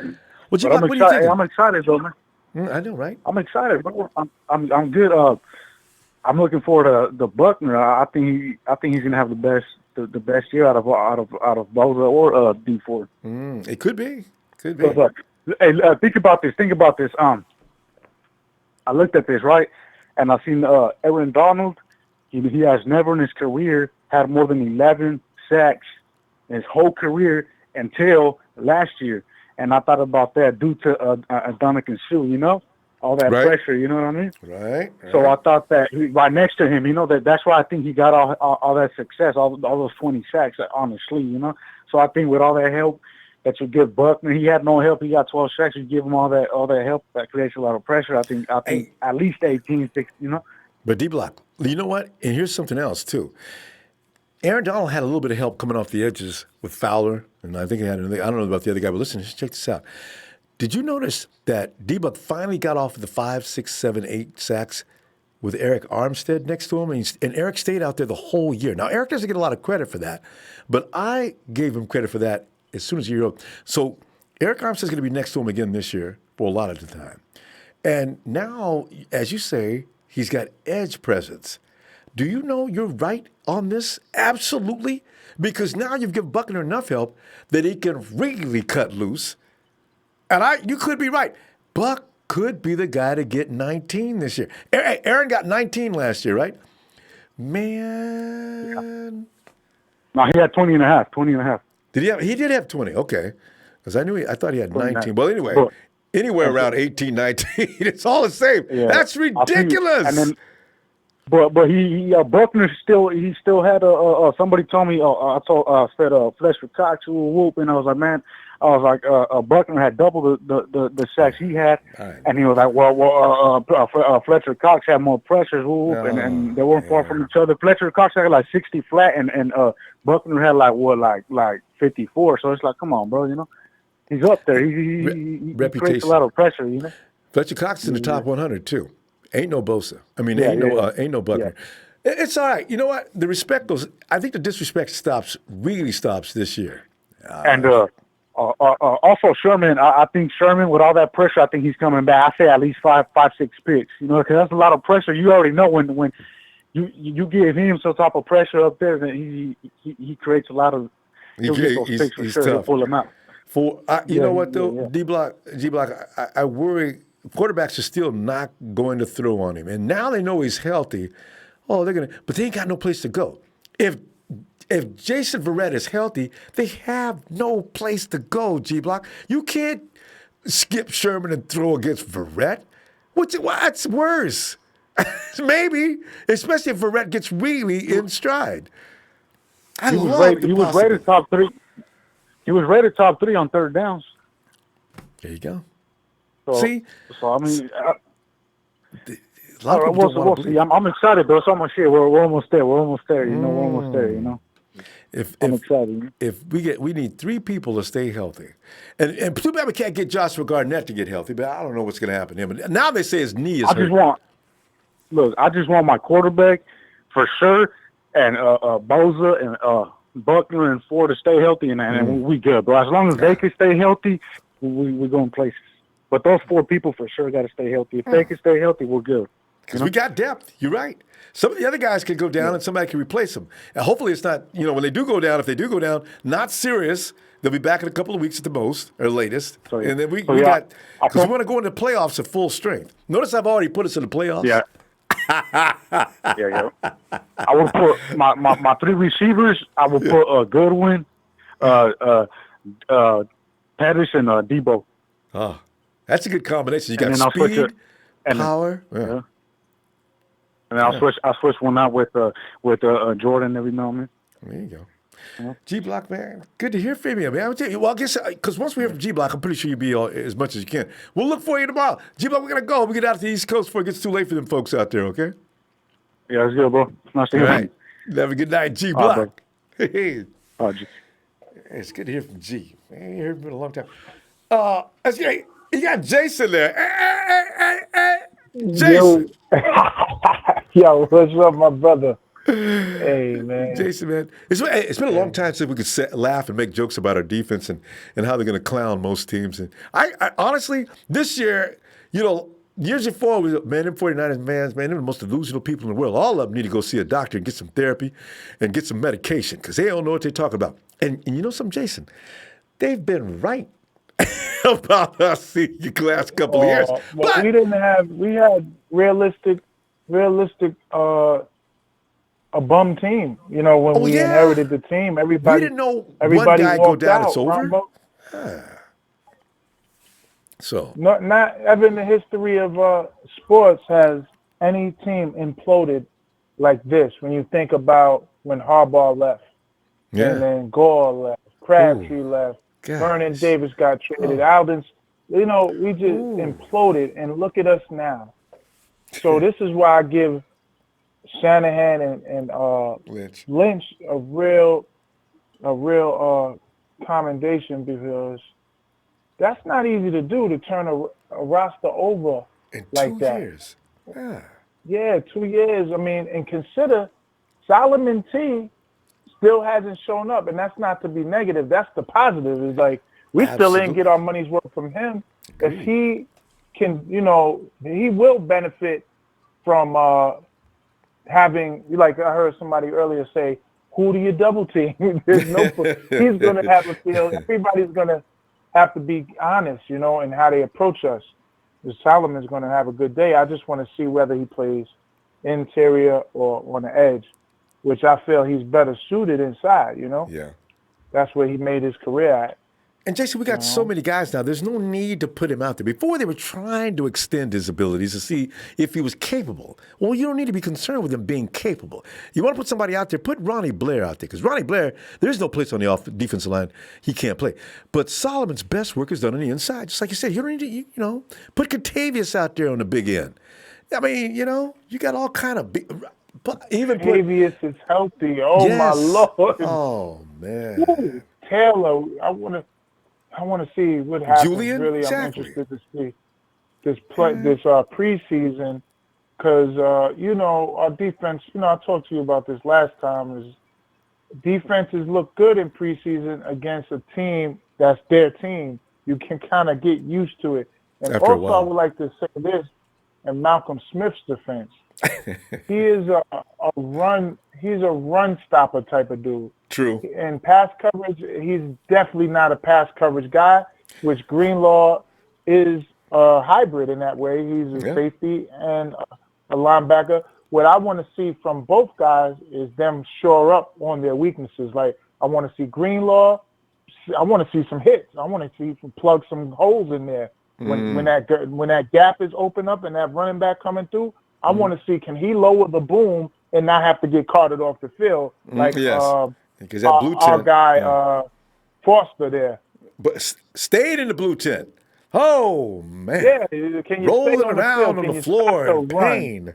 Oh. Yeah, Ronbo. That's about it, man. But I'm just really antsy. Jason, with the fact that I didn't see it, just on the footage, but if Greenlaw's running down the field with Tevin Coleman, that to me says, okay, now I understand by the explanation they say he's a great run and chase linebacker. I didn't know. I've never heard that term like that.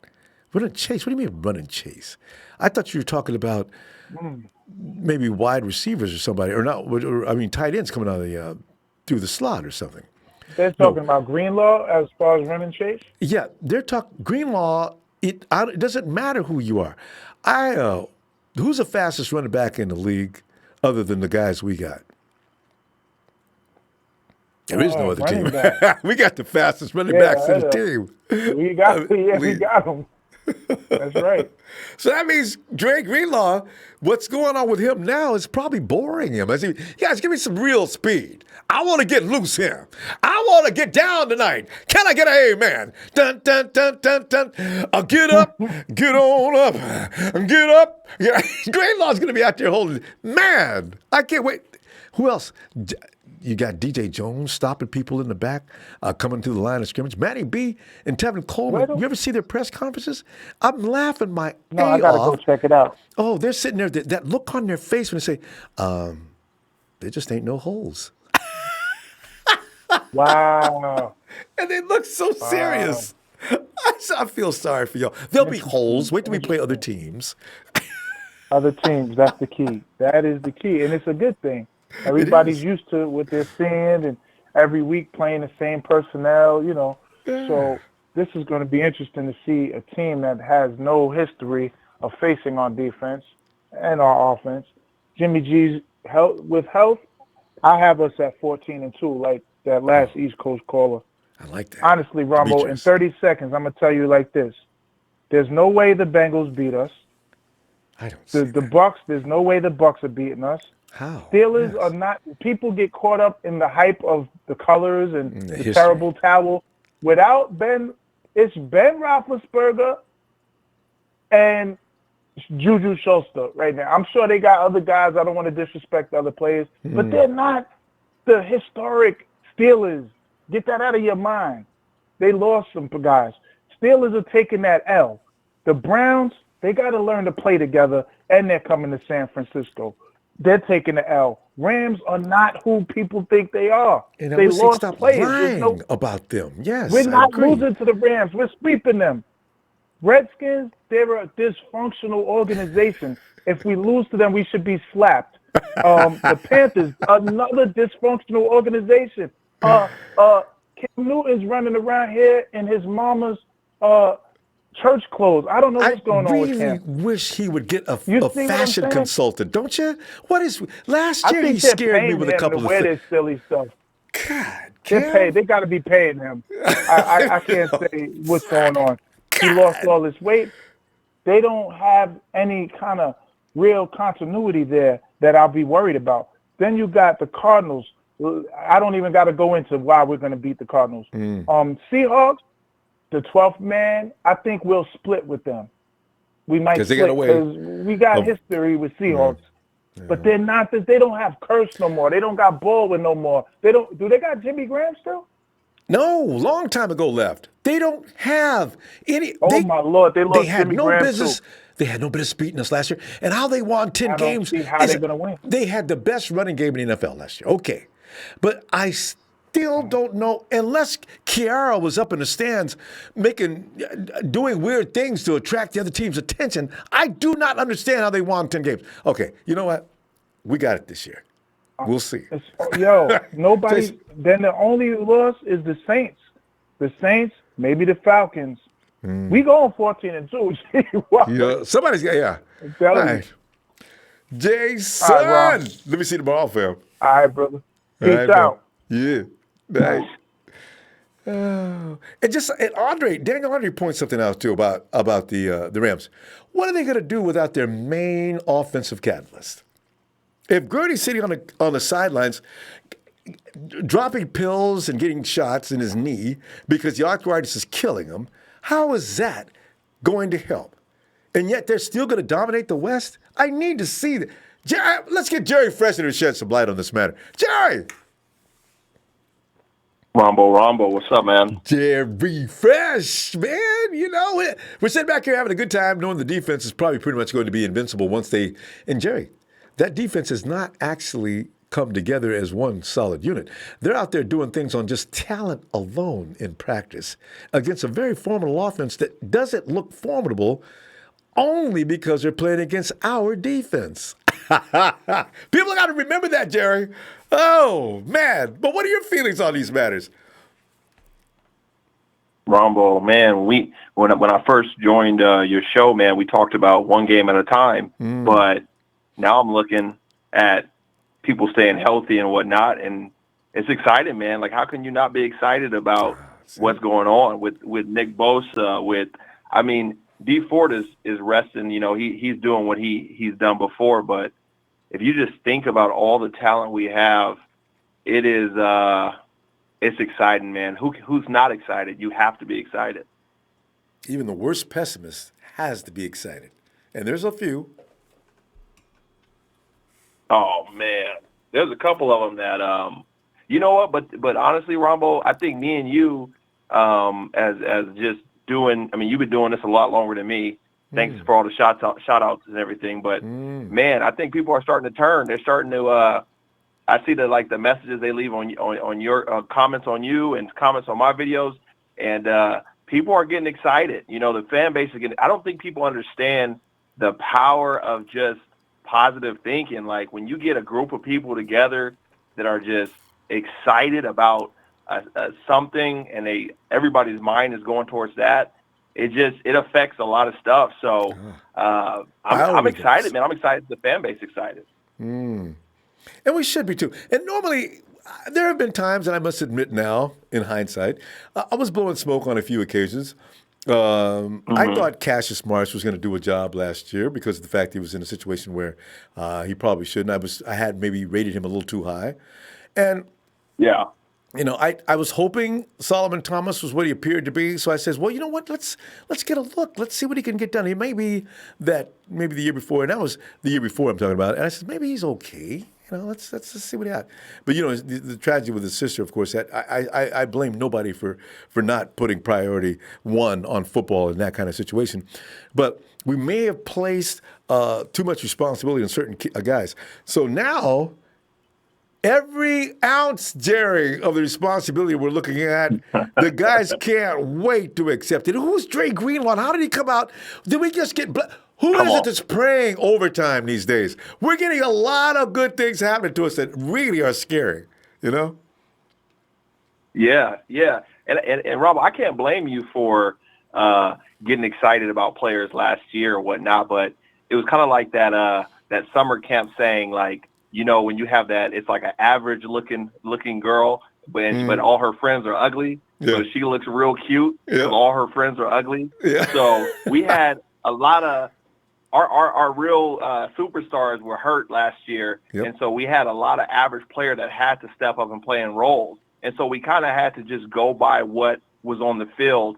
And we had to see, even in garbage time, and they put a lot of effort. Cassius Marsh, he put a lot of effort out there. There were a lot of players. Nick Mullins put a lot of effort out there. There are players that didn't give up. And so you're like, okay, those are building blocks. I think sometimes we rush ahead and say, wow, they were given effort, so they should be the starters. And it's like, no, I don't think they should be the starters, but you can look at what they're doing as young players and say, all right, I can build a good foundation on that. I can build my team on that. But I'm excited, man. Nick Bosa, that's the topic. Everybody was split down the middle on if we're going to take somebody else or Nick Bosa, and we get Nick, and everybody was looking like, you know, man, you know, he's going to be a bust, or is he going to stay healthy? And we didn't know what he was going to be able to do. And now looking at camp, man, I don't care. When you stand across the pass rush, when seeing if it's going to transfer to the NFL, if you can beat the man in front of you, I don't care what scheme you're running, is Nick Bosa going to be able to beat the man in front of him? And he has shown in all indications that he will be able to beat the man in front if he stays healthy. So it doesn't matter what you're going to try to do. It doesn't matter. They might try to do a little bit of funny business to try to confuse him. But when it comes to third down when they have to get rid of that ball, Nick Bosa is going to be able to get out after the quarterback, and that's exciting. And do it with a form and style and precision tree. I'm trying to think of a great tactician that comes off the edge. I mean, of course, his brother Joey has got that same skill set. Von Miller has been the state of the art, right? I'm trying to. Who else can you think of? J.J. Watt is just a strong. J.J. Watt doesn't use a lot of technique, but he's fast. He's big, strong, and he's quick. So he can get rid of an offensive lineman quickly, and he can really get to that quarterback. So these are the guys of the elite of the elite. Can the Bosa brothers get in that family? I kind of feeling they can. Yeah, no, I often compare. I'm going to go to the offensive side of the ball. You remember that? I mean, everybody knew about the hype when Andrew Luck was coming out, and of course, he's a quarterback, so you're going to get so much more hype because that is just that's the position. But he was such a tactician; he just knew he had all the tools, and he was just ready to go. And so I kind of compare those two when Nick Bosa and Joey coming out, just being so prepared for the NFL, because that's what NFL scouts don't want to play the guessing game. They want to be able to plug and play. They want to be able to look at somebody and say, what's the easiest way that I can see you looking like a professional defensive end or quarterback? And Nick Bosa, when you look at him and you see his tape, you're like, okay, this man could play. So I compare those two. And then I think about Luke Kuechly as well. When he was coming out, he was also a player that was just ready for the NFL. You could just, you just seen what he could do, and you knew he was ready. So those are way different positions, but at the same time, just being NFL ready, players that were safe picks that you knew. The only thing that was wrong with Nick was that you were like, he didn't play that much and the injuries, but when it came down to if he could play, nobody had any questions about that. In fact, that still lingers. People still are scared to death he's going to get hurt. And there is that possibility. It's a violent game. But that's why I stuck to my guns. I said, I still say this kid's the best of the bunch. And we're going to find out. There's going to be that running of who's going to be the rookie of the year. And Nick's already been mentioned, so let's see what the rest of them do to stop that from happening. If he stays on the field, it's going to be a good competition this year, though. He's got plenty out there. So, Jerry! Yes, sir. Hey, click on Jerry Fresh, goes right to his channel, and get some fresh perspective. I love it. Jerry, that was brilliant. Fresh perspective. I do love it. Ronbo. Well, Ronbo, sir, thank you. I know you get a little bit, you don't like people complimenting you, but I didn't start really diving into I didn't start diving into videos until I actually got onto your channel and started going to the chat, and then I started diving into video. So you actually inspired me to go and start doing that. And so everybody else in the chat, you guys are out there. Everybody has their opinions, and get out there and make a video. Get out there and talk about the 49ers, and it's something we all should do. I want to hear from other people as well. There you go, Jerry. I'm telling you, man, you are the man of wisdom. I love it. All right. We'll talk. Hey, Jerry, talk to you tomorrow if you get a chance, all right? And I'll be looking for you over at your place as well. Yes, All sir. right. All right, Ronbo. Thank you. Yeah, you're so welcome, Jerry. Have a good night. There it is. You too. Jerry Fresh. That's P-H-R-E-S-H. Hey, Hassan. Hassan.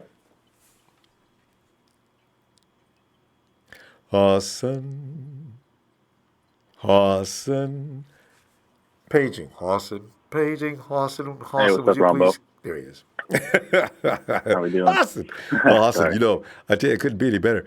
This is that part of the year where the anticipation gets really nuts. And every year for the last 3 years, as soon as we got Kyle Shanahan, I thought we were going to do things. I don't think I said anything about the Super Bowl in the first year, but I did know we were going to be competitive. Last year, yes, thought a lot. This year, Austin, we got every right to think the best of what's going to happen next. We are loaded, man. Austin, I'm telling you right now, you got 4 running backs, and not one of them runs a 4.4.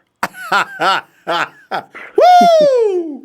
You got one of the best tight ends in football history, and you got a couple of wide receivers that could do some serious damage this year. And I tell you right, that defense, Yeah. that's a whole nother story in itself. This team is ready to play, Austin. What are your feelings on today's practice, man? Nick's out there cutting up again. Yeah. Go ahead. I actually had the opportunity to go to practice today. Shout out to 49er Mark who gave me he responded to my Twitter and gave me a ticket. So all right, really Austin, give us that report, man. So in my opinion, obviously Nick Bosa. I'm honestly like surprised. I knew he was gonna be dominant, but like it's unbelievable. Like how you see, like he's much faster than you'd think. You think he's just a power rusher, but he actually has a ton of speed off the edge, which is insane. That was one of the things that a lot of people said about him because he wasn't as explosive or fast, but I definitely see no problem there. I think he's right where we want him to be. Let me just ask you a question right there. Did you see that video that everybody was passing around with the guy breaking it down and saying Nick had a slow first step? When I first saw that, everybody was all, "Mama, look at he's got a slow baby down, look at baby down." I said, since when does Nick Bosa have a slow first step? When I'm looking at the tape, maybe I don't have the trained eye that dude who broke that video down has, but I don't see no slow step. You didn't see one today either, right? So that's a BS. No, I didn't. What I saw today was a guy who looked like he was an 8-year veteran who's exploding off that line, and he's so effective with his hands. It's like he's like a fighter with his hands. He's like a double black belt in karate or something. And with a bulldog mentality. Did you see him manhandle George Kittle? I read that. I said, I was paying attention to him on that play, and I see Kittle like try to block him. Oh, that's a little weird. I thought it was gonna be like a pass play or something like that. And Kittle tries to block him, and he does like he just he throws his hands on him. He gives a little shock and lock, and then just throws him behind him and like goes to the play. And I was like, wow, Kittle's ego a little bit. George probably went in the locker room says, I wasn't serious on that play. You got to say something, especially if everybody's watching. That's embarrassing. God. But you know what? With Bosa, it's not embarrassing. But give me some more. I'm loving it. So, you had Bosa, and then everybody's hyping up Dre Greenlaw. But I'm telling you right now that we 100% found our Sam linebacker. He's so effective in coverage, and he's so fast and so quick that I think he'll just be so much more effective than Malcolm Smith in coverage. So, but we'll have to see how he does against the run because obviously they're not tackling to the ground in these practices. So. Not yet. Yeah. That's interesting. Dre Greenlaw, he's been playing very well. I've been to 2 other practices, and every single one of them I've been to, I've also paid attention to him a lot. And he's just been playing out of his mind, which is really cool since he's Greenlaw, he's kind of a late round pick. Alexander. That is a nice threesome to back up an already potent front. Oh, God. Yeah.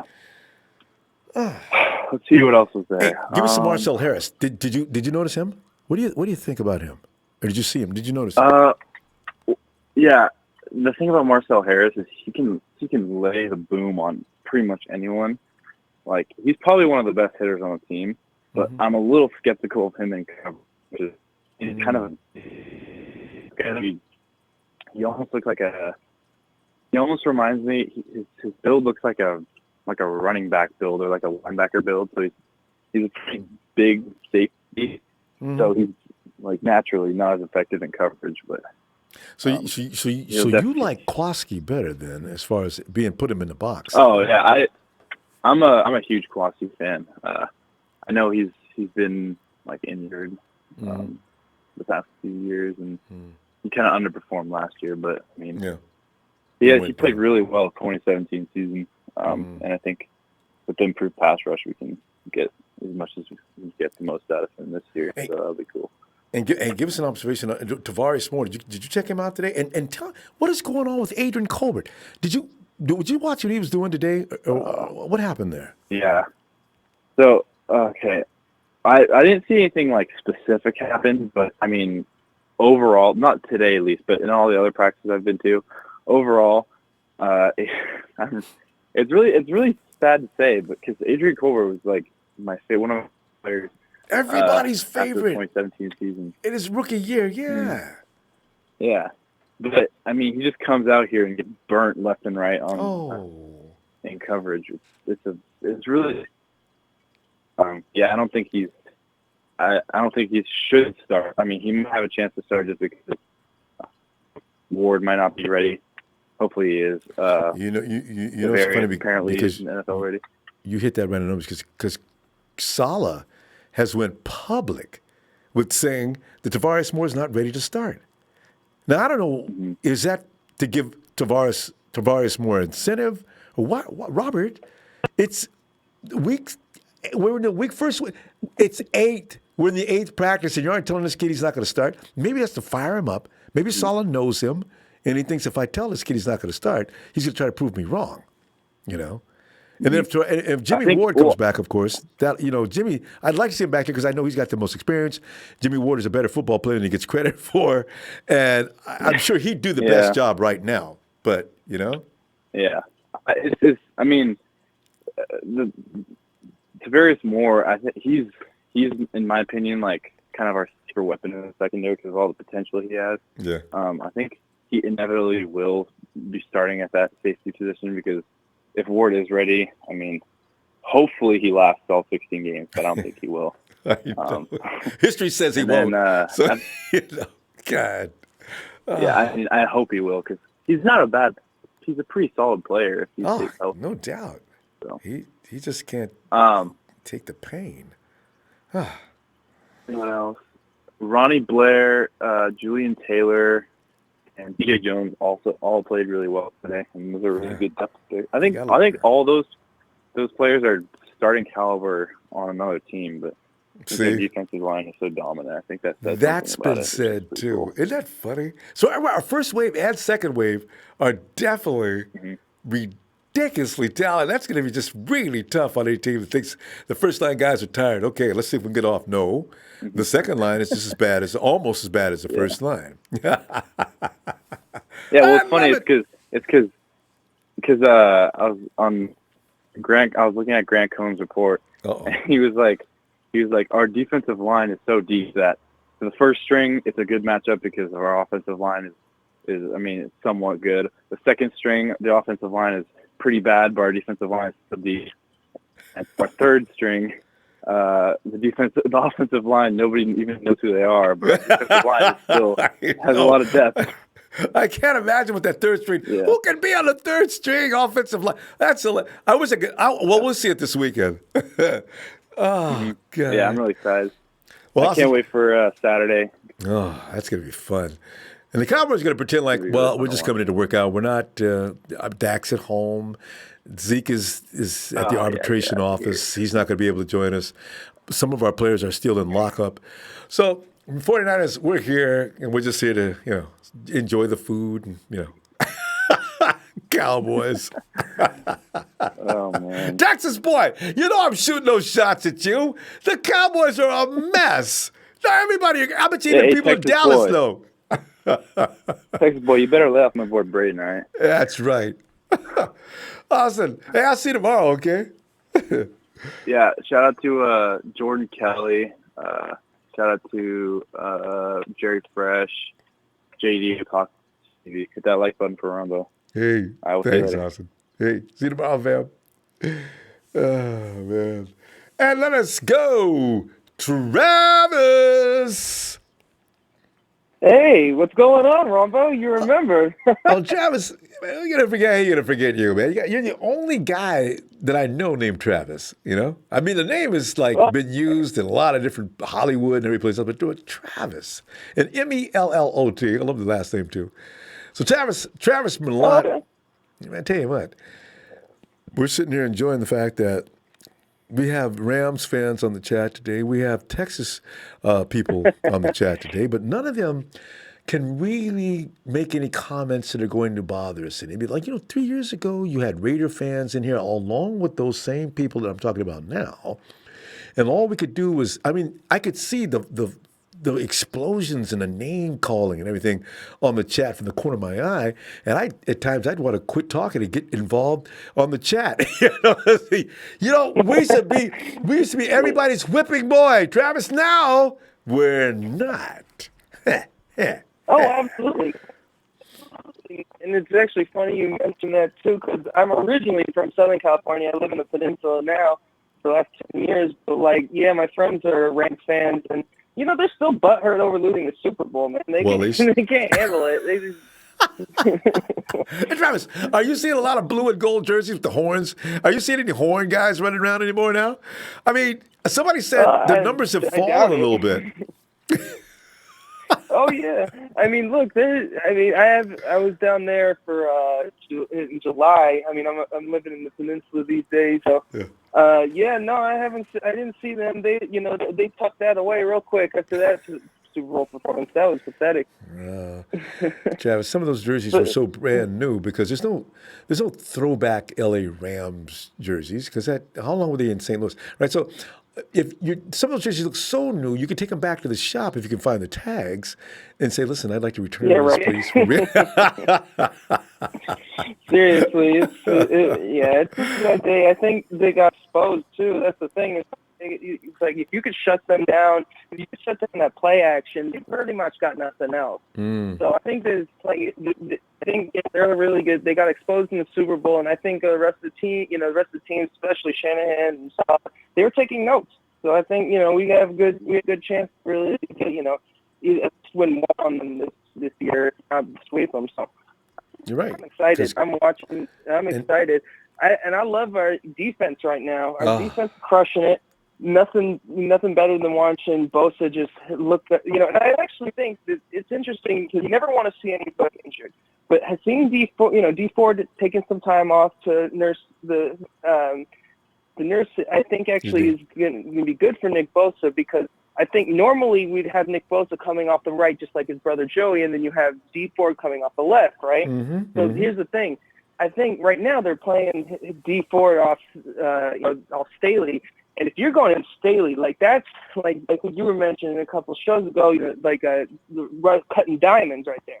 The pressure is forcing diamonds, and I think that's exactly what's happening with Bosa. It's like if you're going up against Staley, so you got to come with your A game because he's not going to let you buy, not easily anyway. So I think it's going to be, they're working real well, and I think having this great defensive line is going to definitely help the offense get their shit together. Travis, the offensive lineman, the Rams' offensive lineman, the Pro Bowler, isn't that his name is Whitehurst? Am I right?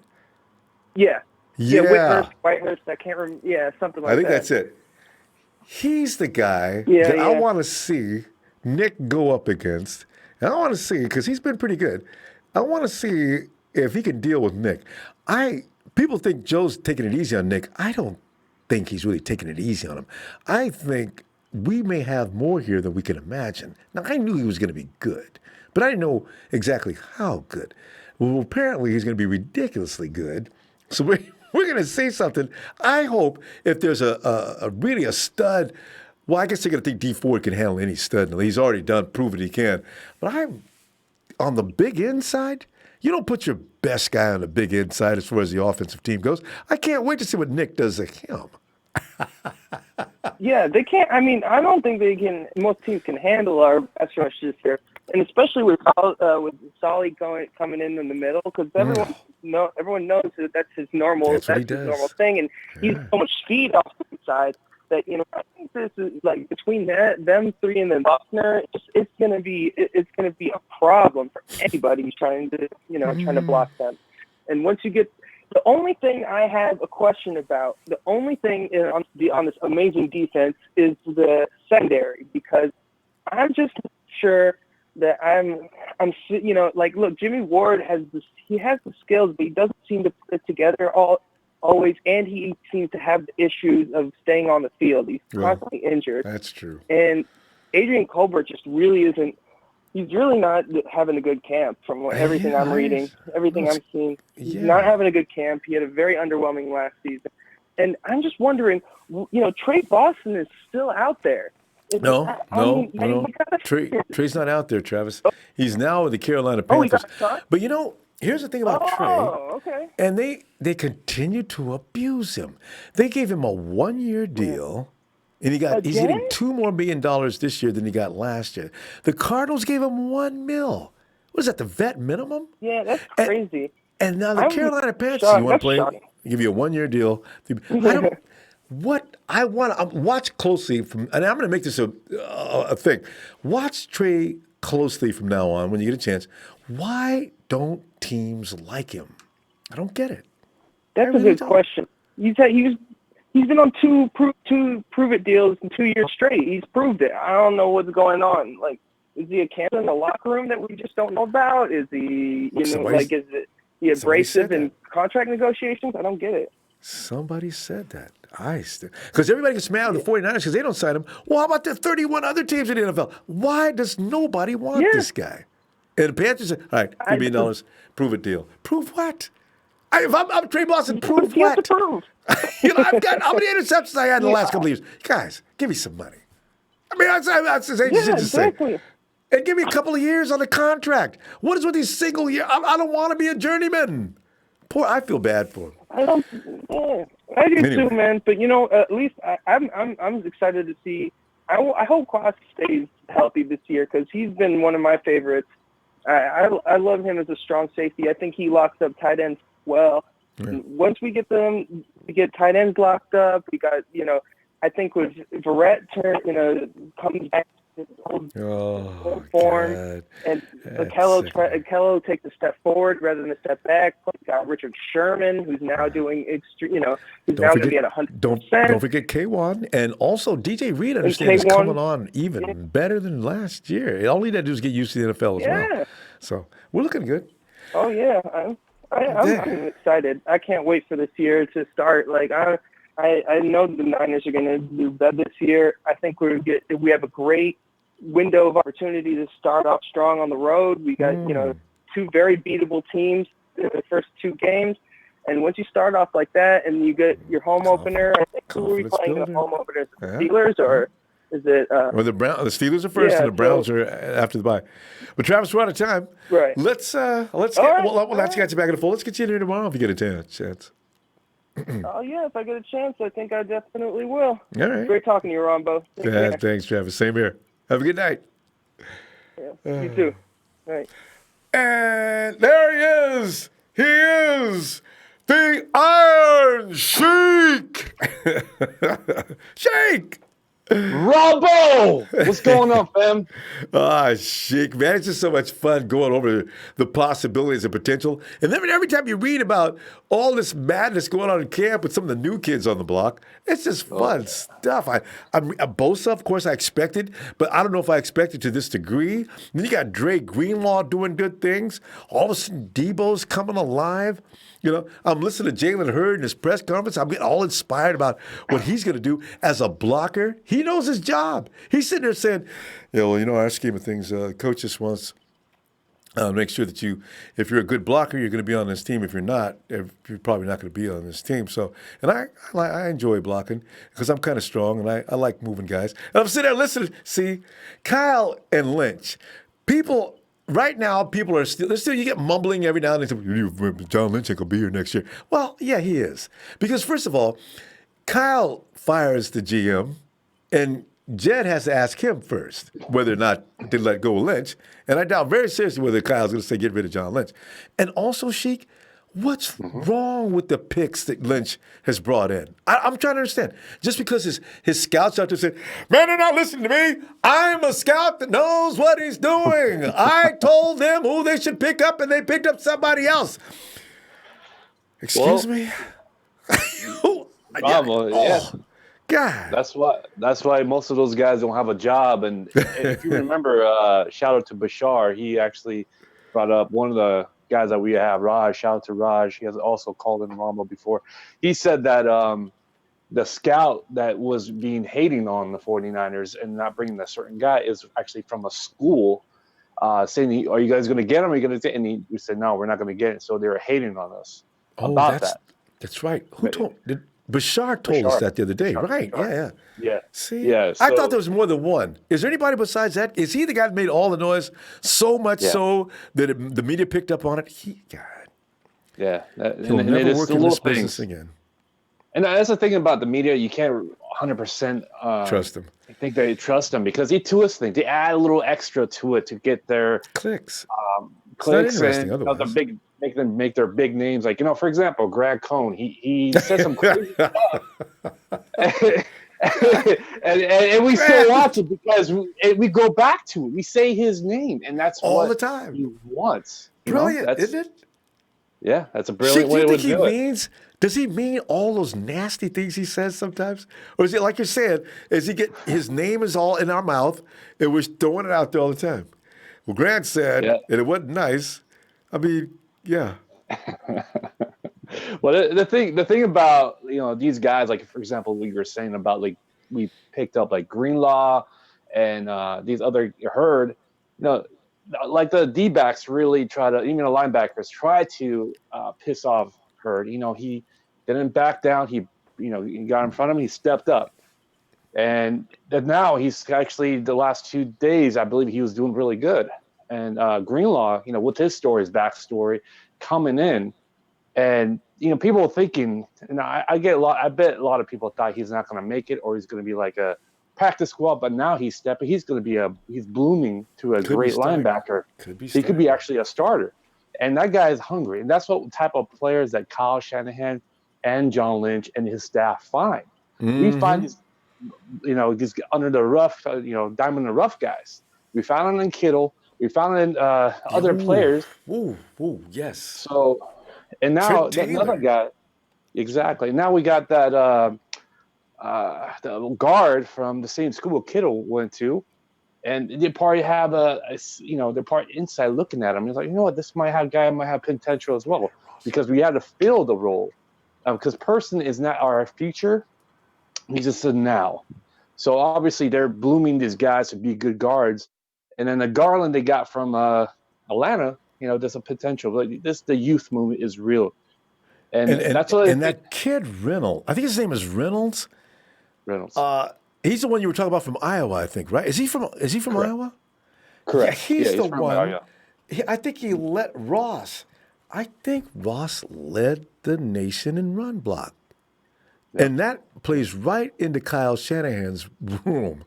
Run blocking is what this team's all about. For play action is the thing, right? So this is more brilliant. Go get this guy. He fits what we do. Because a lot of people always think, we should have got this guy. Well, he doesn't fit the program. Okay, we've got him in here, and he might have got cut or he couldn't help any. That's why you don't pick him up. So Exactly. And that's why I think Kyle and Lynch did a really good job with us, Ronbo. And now the health was our issue in the past. Now we're with the right medical staff that we have right now, put in front. Nick Bosa's balling out. Hi, Big Show. Nick Bosa's doing great. Yeah. And, Debo's doing this thing. He's a great route runner. He's a red zone threat. He's looking better lately. I think he's getting off the line. I think his biggest problem in the beginning was they were able to handle him at the line of scrimmage. He wasn't able to handle the physicality. I think one of the coaches pulled him aside. Listen, there is no Debo, man. Them dudes are not. You can deal with them. If anybody can deal with them, you can. And here's what you're doing wrong. Give me your spread your feet out, all right? Get like a lean forward. I mean, they just fixed up a few mechanics, and he's ready to roll. And I think he's starting to get it. Exactly, Ronbo. And the thing is, like our coaches, you have to give them praise as well. With James Woods coming in the secondary, helping out Spoon to step up his game. Now he's getting those INTs. Ryan's or a linebacker core helping the Greenlaws, helping the Warner too. Warner is another big guy from last year that we picked up, and that guy bloomed to be a freaking beast. And he didn't even hit the ceiling. He's average right now, but he's going to go higher. He's a really good linebacker, Ronbo. And that's the thing. We build.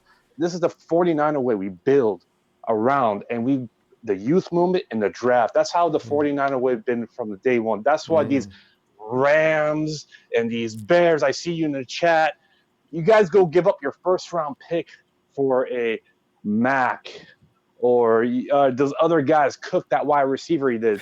What did you guys do? 3 points. Bears, what'd you do? You choked on the NFC Championship. And then the Rams, and then they let one of their best offensive linemen walk. I forgot what happened to the other one. But there's just not, Sheik, you know what I really enjoy about the 49ers now? When you talk about the 49er way, now we actually have football guys in there. These guys understand the game from the inside out because a lot of them participated. Most of them did, right? So you see the things they do now, sometimes from the outsider, we can't really wrap ourselves around everything they do in the beginning. And then you see the results as I watch these guys build this unit from death. I mean, you're talking about artificial respiration. These guys breathe life back into the dead body.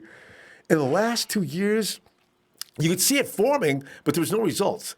This year, the results are, this is it. I say that with all the confidence in the world. I say that as well. You got those Solomon Thomas, the Spoons. You know, they're definitely had some issues in the past. Now they're moving up, and now they're stepping up. They're grown as a man in their body, and then shout out to Solomon Thomas. We all lost a good loved one in our lives, but stepping up and family, good support in the 49er organization. With that support. And John Lynch and everybody, stepping up. He's going to be a really good player. Defensive tackle is really deep, in my opinion. Ridiculously so. We're going to lose some of them, damn it. And then the thing that, like, the difference of the Rams and the 49ers, Ronbo, we have the youth move. They're all young. Dee Ford, we gave up a second-round pick, and he's young. The Rams got Clay Matthews. He's old. Weddle, he's old. They have an old offensive line. Our offensive line, we have McGlinchey and Staley. Staley's still young. And Staley's still playing at a high level, too. Well, not like Whitehurst, the Rams. I'm still impressed with them. But that's why I want to see this year, can Whitehurst do it by himself? They're very high on a rookie center, from what I understand. So we'll see. I don't think any of them can deal with our rookie sensation. I don't think that anybody can deal with Dee Ford over there either. So now you got the guy who's not really a franchise quarterback, but one that's running around and masquerading as a franchise quarterback. Let's see if he can think quick on his feet now with the outside collapsing on him and no place to go but the forward. And who's waiting? Exactly, Ronbo. I love the potential of this team. And let me just add this too before I go, Ronbo. Like, I'm going to compare the Super Bowls that Kyle was in and then McVay was in. And Kyle, when he was in the Super against the same team, New England Patriots, he gave a Belichick a fissy fit. He was worried. He was doing points like crazy. And then McVay just did 3 points. Yeah. 3 points. He got exposed on the Super Bowl. And that's why I'm saying the Super Bowl curse is real. The Madden curse is real. I know. So, and don't forget, what's the Hard Knocks? Stay away from that, too. Tell you. Oh, yeah. Look at Antonio Brown. I know, right? I meant to say. There you go. Wow. You guys got him over there. You're all excited. You're going to build your offense a little bit around him. And he's got to go see a foot specialist? Yep. I guess we need to wait until Dee Ford heals up before we talk too loud about that. But still. That's crazy, Ronbo. That our top 3 defense, that's what we're going to have, Ronbo. And our offense, I'm not tripping about Kyle's offense because we have Kyle. So, Ronbo, faithful! Hit that like for Ronbo Sports. We got 6 quests for 6 more days, and we're going to get that 6th Super Bowl, baby. Let's go. Shout out to Ronbo. Hit that like for Ronbo Sports. Thanks, Sheik. Appreciate you, fam. Look forward to hearing from you tomorrow, too. Have a good night. Oh, God.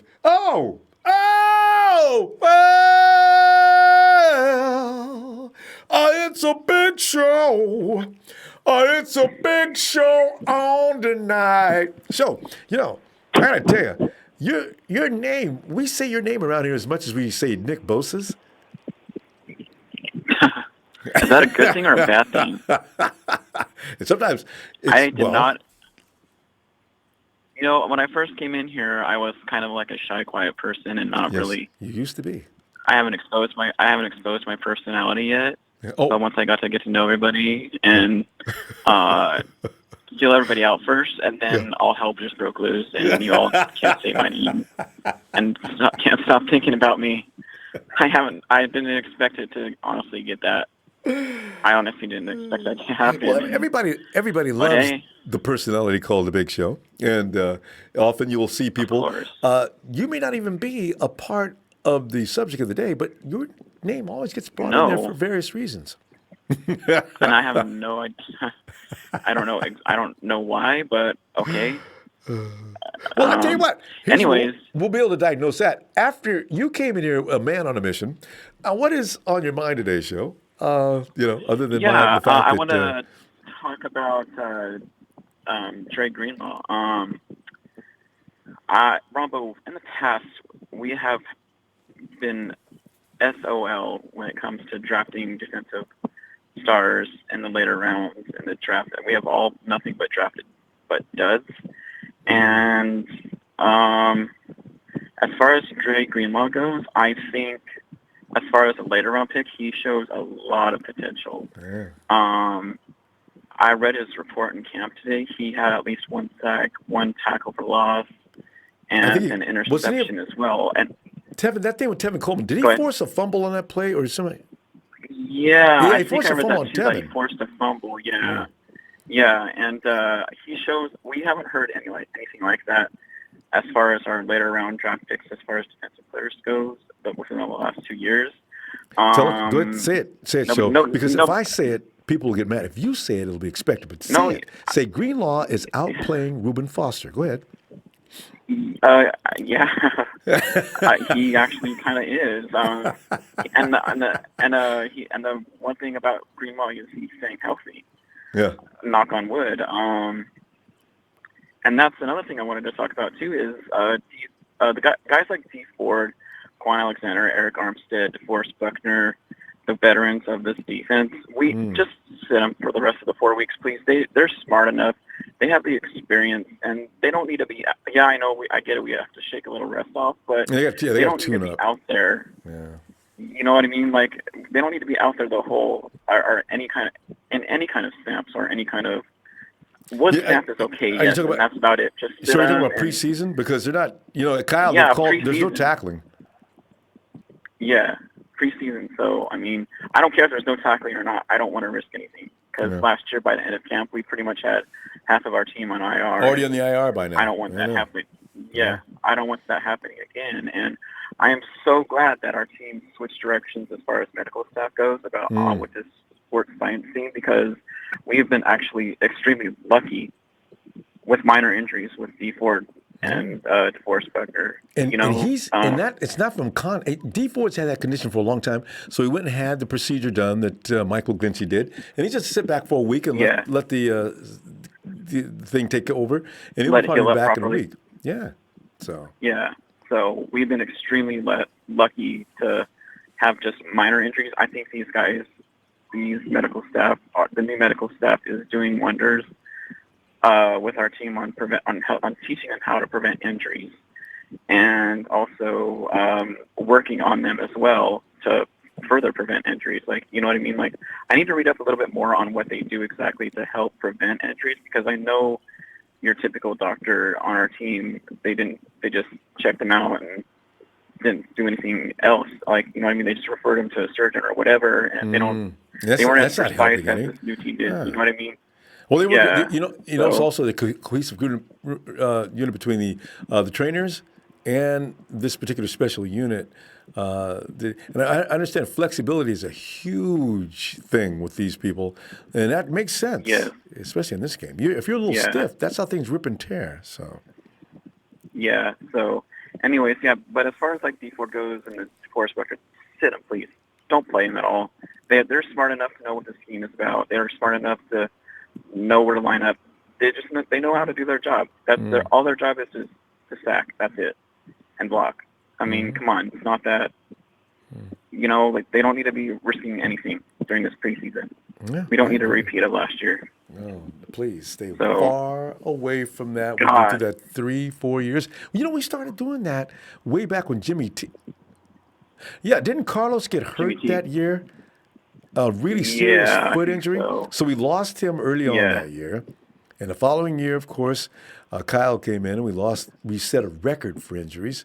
And last year we came close to setting that record again. So this is exactly, I agree. Well, they're not doing anything rough now. They're just sort of going through motions. No.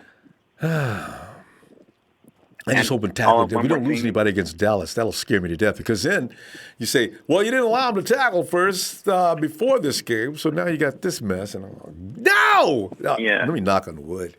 I didn't even say that. And Adrian Colbert, man, that's an example of our dud later round draft picks. Like, he's been all but a disappointment, and I hope I am wrong.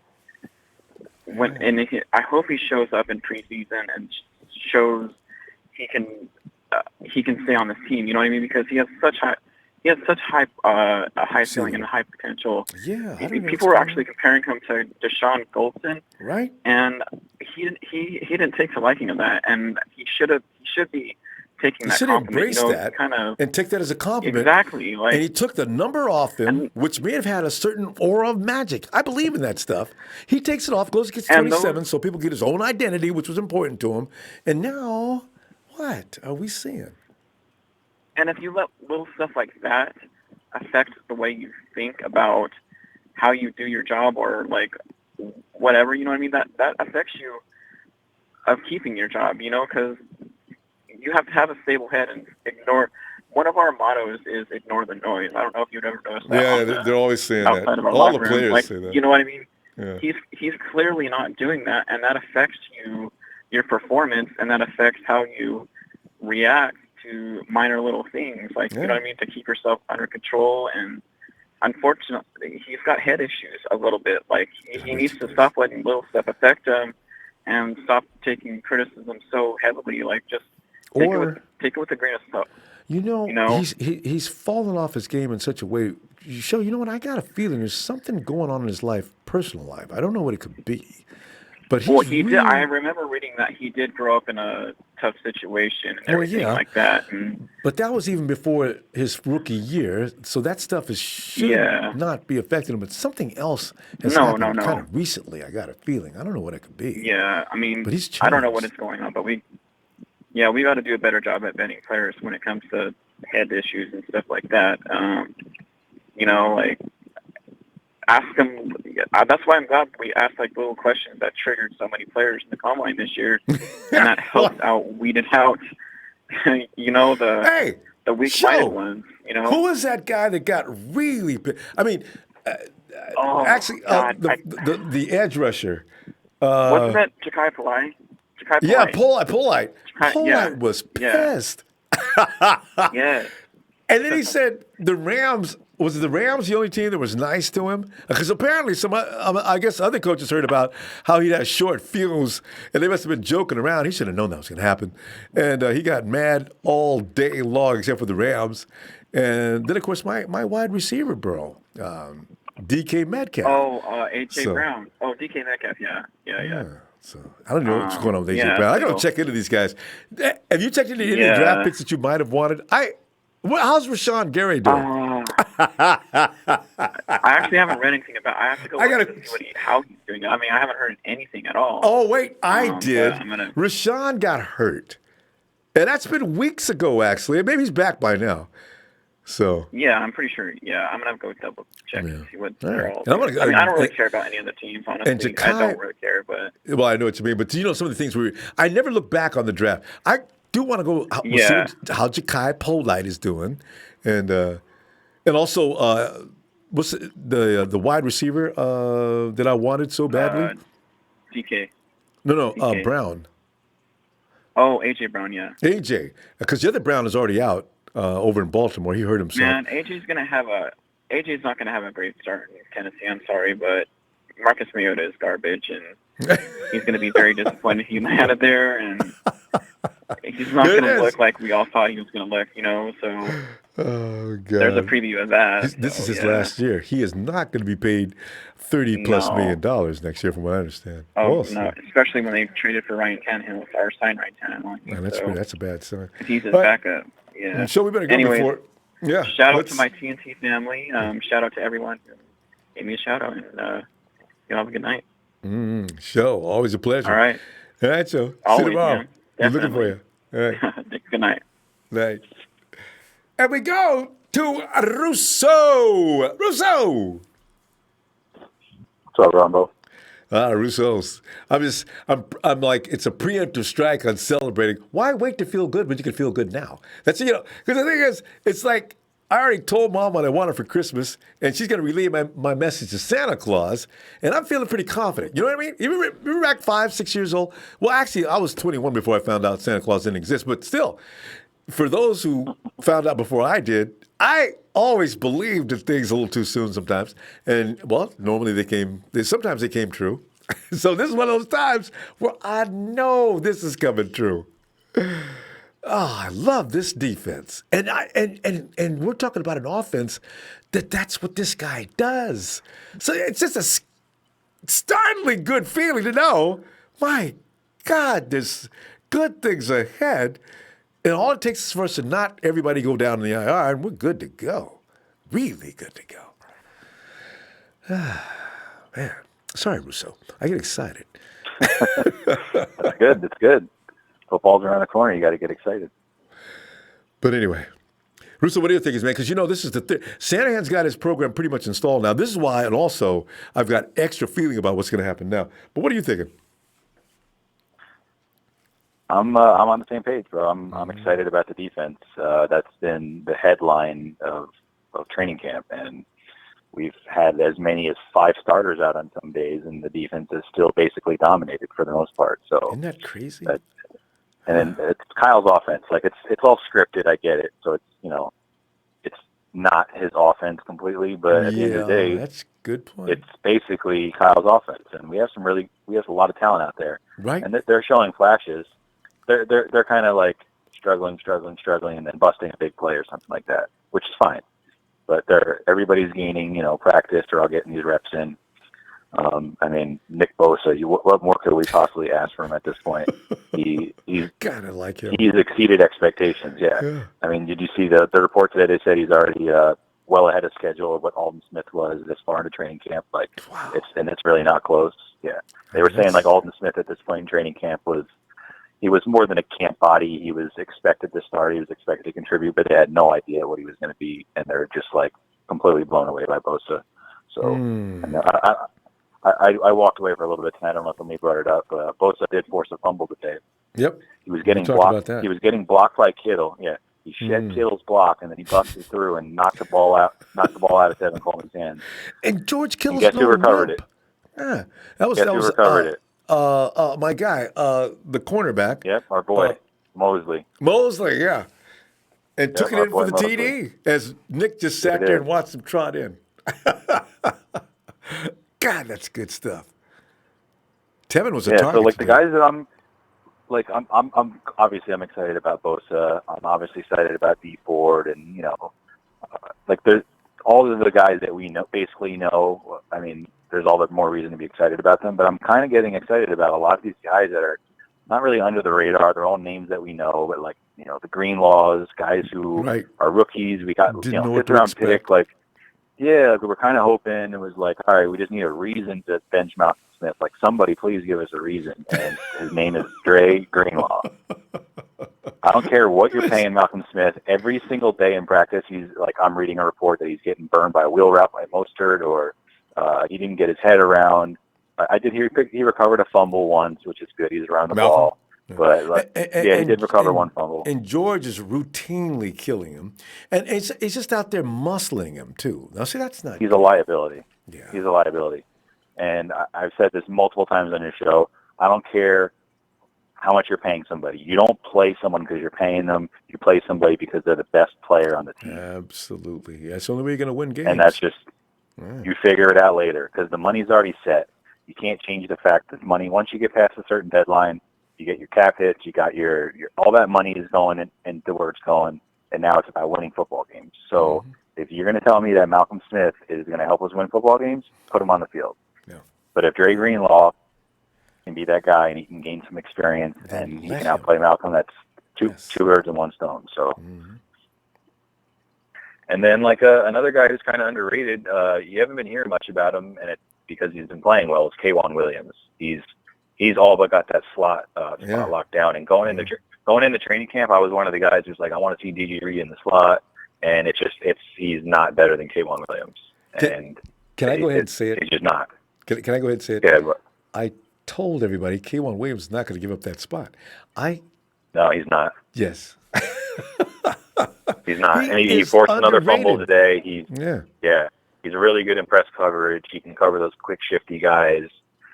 He had I think he's always around the ball. I think he had a sack. He had a sack yesterday. Yeah, that was yesterday. On a corner blitz. Okay. Yeah, and then today he forced a fumble. So every day he's been doing things. He's healthy. So he I'm is really tough.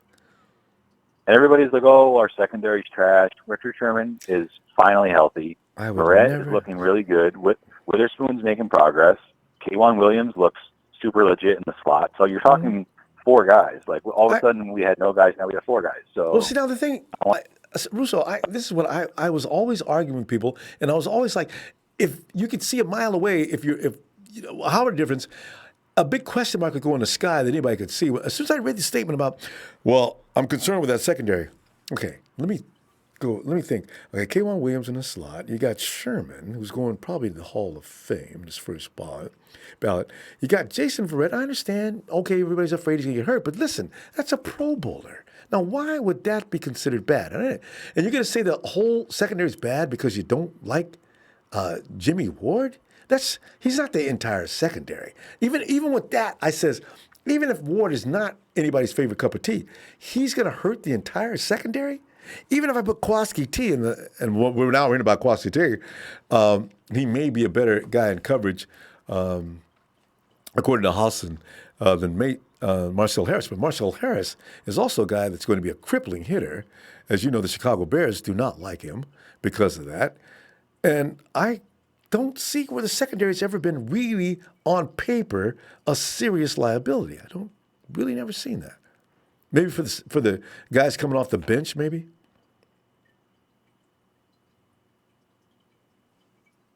Yeah. Russo?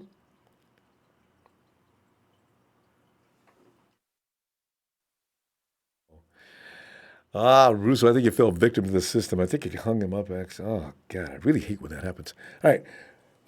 Russo, we owe you, man. Hey, Justin. Maybe Justin did he get hung up too? No, I hear Justin. No, thank God. Usual, he's just waking up, eating a sandwich. Justin, you make a lot of noise when you come in. We can also, if we can play, can you name what Justin's doing? Justin, you're eating a bag of potato chips. Hey. That ain't right, Rabona. You're going to have people thinking I'm eating all the time. There's nothing wrong with eating. It's one of the few pleasures in life, other than the 49ers. You know, you need some good cheese. I do want to follow up with what the earlier colleague said. DJ Jones could probably start somewhere else. I don't think that's the case. You know, I think DJ Jones, from what I saw in training camp of what I've seen from him so far, is they're lining him up on the. This is probably what I see them doing. I see them. You know how last year Earl Mitchell was lined up on the goal line, right? I see DJ Jones doing that because they had him doing special teams. And when I went to training camp, DJ Jones on special teams. Oh my God! Yeah, they had him on special teams. He was running around with the football. So I feel like they could do what they with Earl Mitchell. And because DJ Jones is actually pretty fast, I feel like that's what they're going to do with him. You know, to allow like goal line situations or where it's like a football goal and you need a big one to plug the hole up and get a touchdown. Mm-hmm. Give the ball to DJ Jones. I feel like that's what they're going to do. Ooh, I love that. Because doesn't he go around 300? I think he's over 300. The last time I talked to him, he said he was 302. Yes, there you go. So give that ball to a 300-pound ball carrier right up the middle. Yeah, I like that strategy. Yeah, I love it. 1 yard out. Yeah. So. Yeah, and give the ball to DJ. You know, the ball to DJ. He'll plug that. I'm pretty sure you. And I'm pretty sure he gives him the ball. He ain't gonna miss. No, and put Sheldon Day in front of him to plow through there too. You know. Yeah. But we got offensive line. I want to use a center because those guys are. Not sure what's going on there. Oh, except for Garland. Yeah, I'd use him, though. Man, I'm really worried about that center position, man. What are we going to do? What are we going to do? You know, we got that giant guy. We signed the giant guy last year. You know, he barely played, you know, and then, you know, this year he's still out. He hasn't practiced at all. You know, they still don't know when he's going to come back. You know, I'm really worried, man. I'm really worried about that center position. I'm like, damn, Daniel Kilgore's probably laughing at us now. Like, Daniel Kilgore's like, oh, ha, ha, y'all got rid of me, but y'all got no center now. Like, he's probably laughing at us for right now. Poor guy. And he's over in Miami where nothing's in. But rest in Richburg, I think they're going to clear it up on how long it's going to be before he gets back within the next couple of weeks, I hope. I think this is a precautionary measure with Garland. And we also got Person can play this center spot, but I don't want him playing a center spot because who are you going to have at guard now? Oh, this is really an awkward situation. We'll see. I mean, you have that rookie from the 6th-round pick, you know, that we took, Justin School, plug him up, see how he does, you know. Yeah, well, people got to realize he's not an interior lineman. School is a tackle that's a project that's going to be, you know, probably the guy that goes to the right tackle position when Staley leaves, but he needs some seasoning. So you're going to go ahead and you're going to keep McGlinchey and Staley, and if Staley calls it a day in a couple of years, hopefully School is ready because he's got talent, no doubt about it. But I don't know about the interior. He's got talent, man. You know, yeah, I feel like I want to say that everybody's talking about Greenlaw, everybody's talking about, oh, that might be, you know, those surprise things. I feel like Justin School is going to be like, you know, the pick that, like, man, like all teams are going to be like, man, I wish I would have gone him. Because the kid, I feel like the sky is the limit for this kid. The sky is the limit for this kid. If he was able to hold off Josh Allen, and Josh Allen had a breakout year last year, he was able to hold off Josh Allen. The sky is the limit for this kid. This everybody, including our own Nick Bosa. But and he stayed in school the entire time, graduated as a senior, so he'd been doing that for a long time. I believe he's going to be kept for sure. Oh yeah, and you know, I really am excited for you know, because for the first time in a while, you know, if somebody goes down in our defense, we have backup. We have people who have experience in the defense. Not like, oh man, we got to send out this guy, send him off the practice squad. You know, freaking out like always. Like, man, we just signed someone in practice squad, and I feel like for the first time. Yeah. We're good. That's what I like. The game not over if we have an injury or two. You know, this is the thing, because it's always been like that for the last few years. 2-3 players gone, guys are done. 2 wins if you're lucky. So, you know, that's why we were lucky last year to win 4. People don't understand. We were lucky to win those 4 games because we lost a lot of blood. That Detroit game was like, look, that Detroit game, oh, sweet Lord. He threw that interception, and I was like, oh, sweet Lord. I thought that was it. It was all down to the 2-yard line. Oh yeah, yeah. Well, we're man, okay you now. know, I mean, we're okay now, but you know, I feel like you know I think if Goodwin leaves, you know, I don't, you know, this is proposed in the future. I don't want us to take a wide receiver in the first round. I do not want us to. I think they never do. We should probably. You cannot do that because you know after the thing with what's his name, I freaking forgot his name now. The 2012, forget his name. What is his name? The one we took in the 2012 first round. I forget. Oh, AJ Green. He was a wide receiver. AJ. There you go. No, AJ Jenkins. AJ Jenkins. I'm sorry. Yeah. See. Listen, we cannot allow ourselves to do that. And you won't. You and know, here's the thing. now that if the guys are in place right now, if they move away from Goodwin, it's going to be to get another speed merchant. I don't think people realize the impact on Kyle Shanahan's system without a speed merchant. Yeah. This is why Goodwin is on the team, and this is why he's probably going to continue to be on the team until he gets slow. It gives him a window of 2 more years. It is essential for what Kyle likes to do to have one burner. You got to have one burner. So if they do go after somebody, say next year or whatever year they decide they want to move away from Goodwin, it's going to be after a guy that can separate, not separate, but at least open the field up and cause fear and panic as he steps off the line. That element is what glues everything together, what they like to do. So, yeah. Mm-hmm. Well, that's why I didn't understand why everybody was like, well, go get Odell and Antonio Brown. I was like, why? Why would you do that? Like, that doesn't make no sense, man. And now look at Odell. Odell barely showed up to training camp. And Antonio Brown's out with injury now. I'm like, y'all see. Now y'all thankful that we didn't get those 2, okay? And the coaching staff knew. A lot of money. But they did want Odell, though. But the thing is, They wanted Odell. I think they wanted the Blue Hair Club or the Hair Club to get together. You put Odell Beckham Jr. and Dante Pettis opposite each other. That is kind of an intriguing setup when you think about it. But yeah, well, that would have been a lot of money, though. That would have been a lot. And we wouldn't have Dee Ford. Oh no, we wouldn't have we wouldn't have Dee Ford, or we wouldn't have Bosa. We were going to give away that first round pick, right?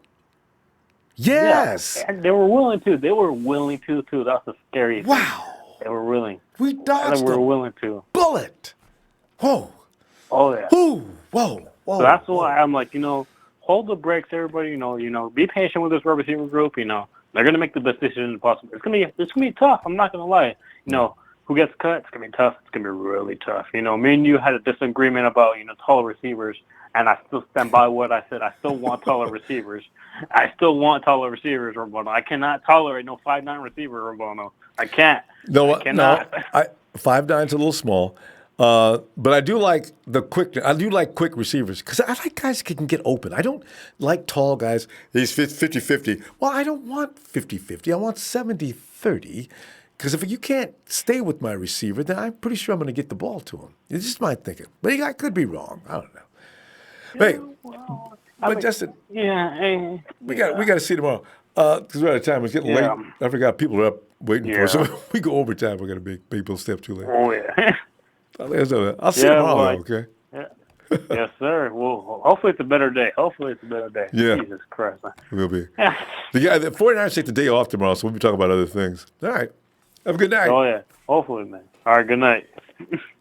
Hey, there's Lori. Hi, Lori. Lori says, Niners! Positive, excited vibes, faithfuls.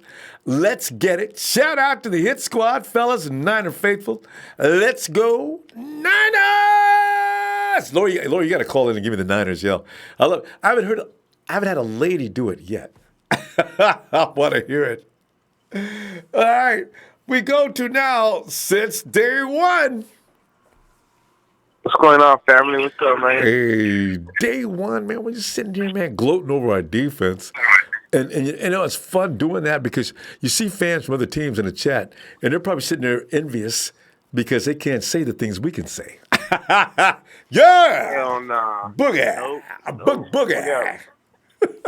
Everybody's already said it. Everybody's already came out and said it. Experts, analysis, and all. They all said that on paper we got top 5 defense.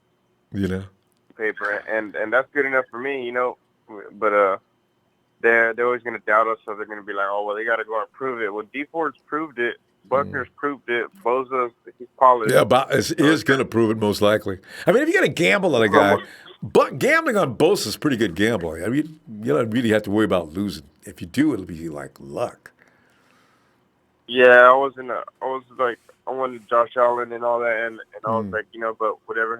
But I trust the decision making of the upstairs and everything. So he got my support, and he looks good. He's looking good. He just got to stay healthy, and they got to limit his reps or whatever. Then do so, break them in. No, but I wanted to touch base real quick and send my condolences and my prayers to all the people out there who've been going through those issues with those shootings and everything, man. It's a tragedy, and anybody who knows anybody, whatever, it's back-to-back weekends. Send our love. Insane.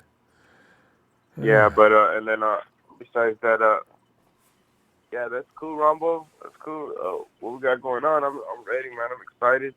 Football's back ready. And before you know it, this month, July came and it's gone. August came and it's about to be gone. We heading toward the middle. Heading toward the middle already. It's already here. It's already here. Yeah, I'm excited. I'm ready to see what they got going on, and we're gonna start hot. Mando, we're going to start hot. I got a feeling you're right. Because last year, even Salah said the 49ers are going to start off slow and they're probably going to catch fire. He's talking about his defense. Probably catch fire. But you know what? People didn't realize it. And everybody blamed Salah for the defense. But he knew even last year that he didn't have the right personnel to really get it done. But he was hoping they would pick it up by about week 4, week so they start off slow. He won't say that now. I bet he won't say that this year at all, actually. That defense is probably going to start out smoking hot. Yeah. Yeah, he did what he could. He did what he could, and believe it or not, I mean, I didn't see since I moved over here to LA. I didn't get to see all the games. You know, it sucks. Right now, right now as we speak, I'm working on getting a Fire Stick because I ain't going through it again. All right. Like fuck that. I'm telling you, this is my first time in my life where I didn't get to see every game, and this shit sucks, Ronbo. No, you can't have that. It's like trying to get off of. Go ahead. Yeah, I go visit my brother. He stays in the next city over. He has a Fire Stick, but he's a fucking Raider fan. So I'm like, fuck, you know?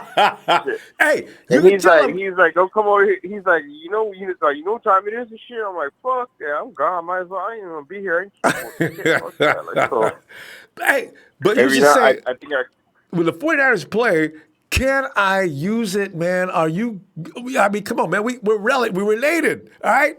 Come on. Yeah, but we play almost every time they play at the same time. Every now and then, I think there's a couple times where they played at 10, we played at 1, so I would catch that. I would catch stuff like that. But I was like, fuck, this weekend or this year, I'm getting on. Right now, I'm really working on it. There you go. You'll get it done. It's not that difficult. You can do it. Yeah. Having the whole party with the whole works and everything by myself, fuck it, you know. But I am trying to get in touch with a Niner chapter out here. I know they have one because where I live, it's in Visalia, 559. They have forgot the name. I think it's the Niner Empire, but they have chapters all over. Oh, and then for mine, it was a 559ers where I used to come. They have one in LA. I know for sure. There's a chapter out there, huge chapter. So, drop me a line. I'll give you the link so you can get in contact with them. I'm gonna have to find you on Twitter or email. Any place. Like that. Yeah, just make sure you say it's me since day one.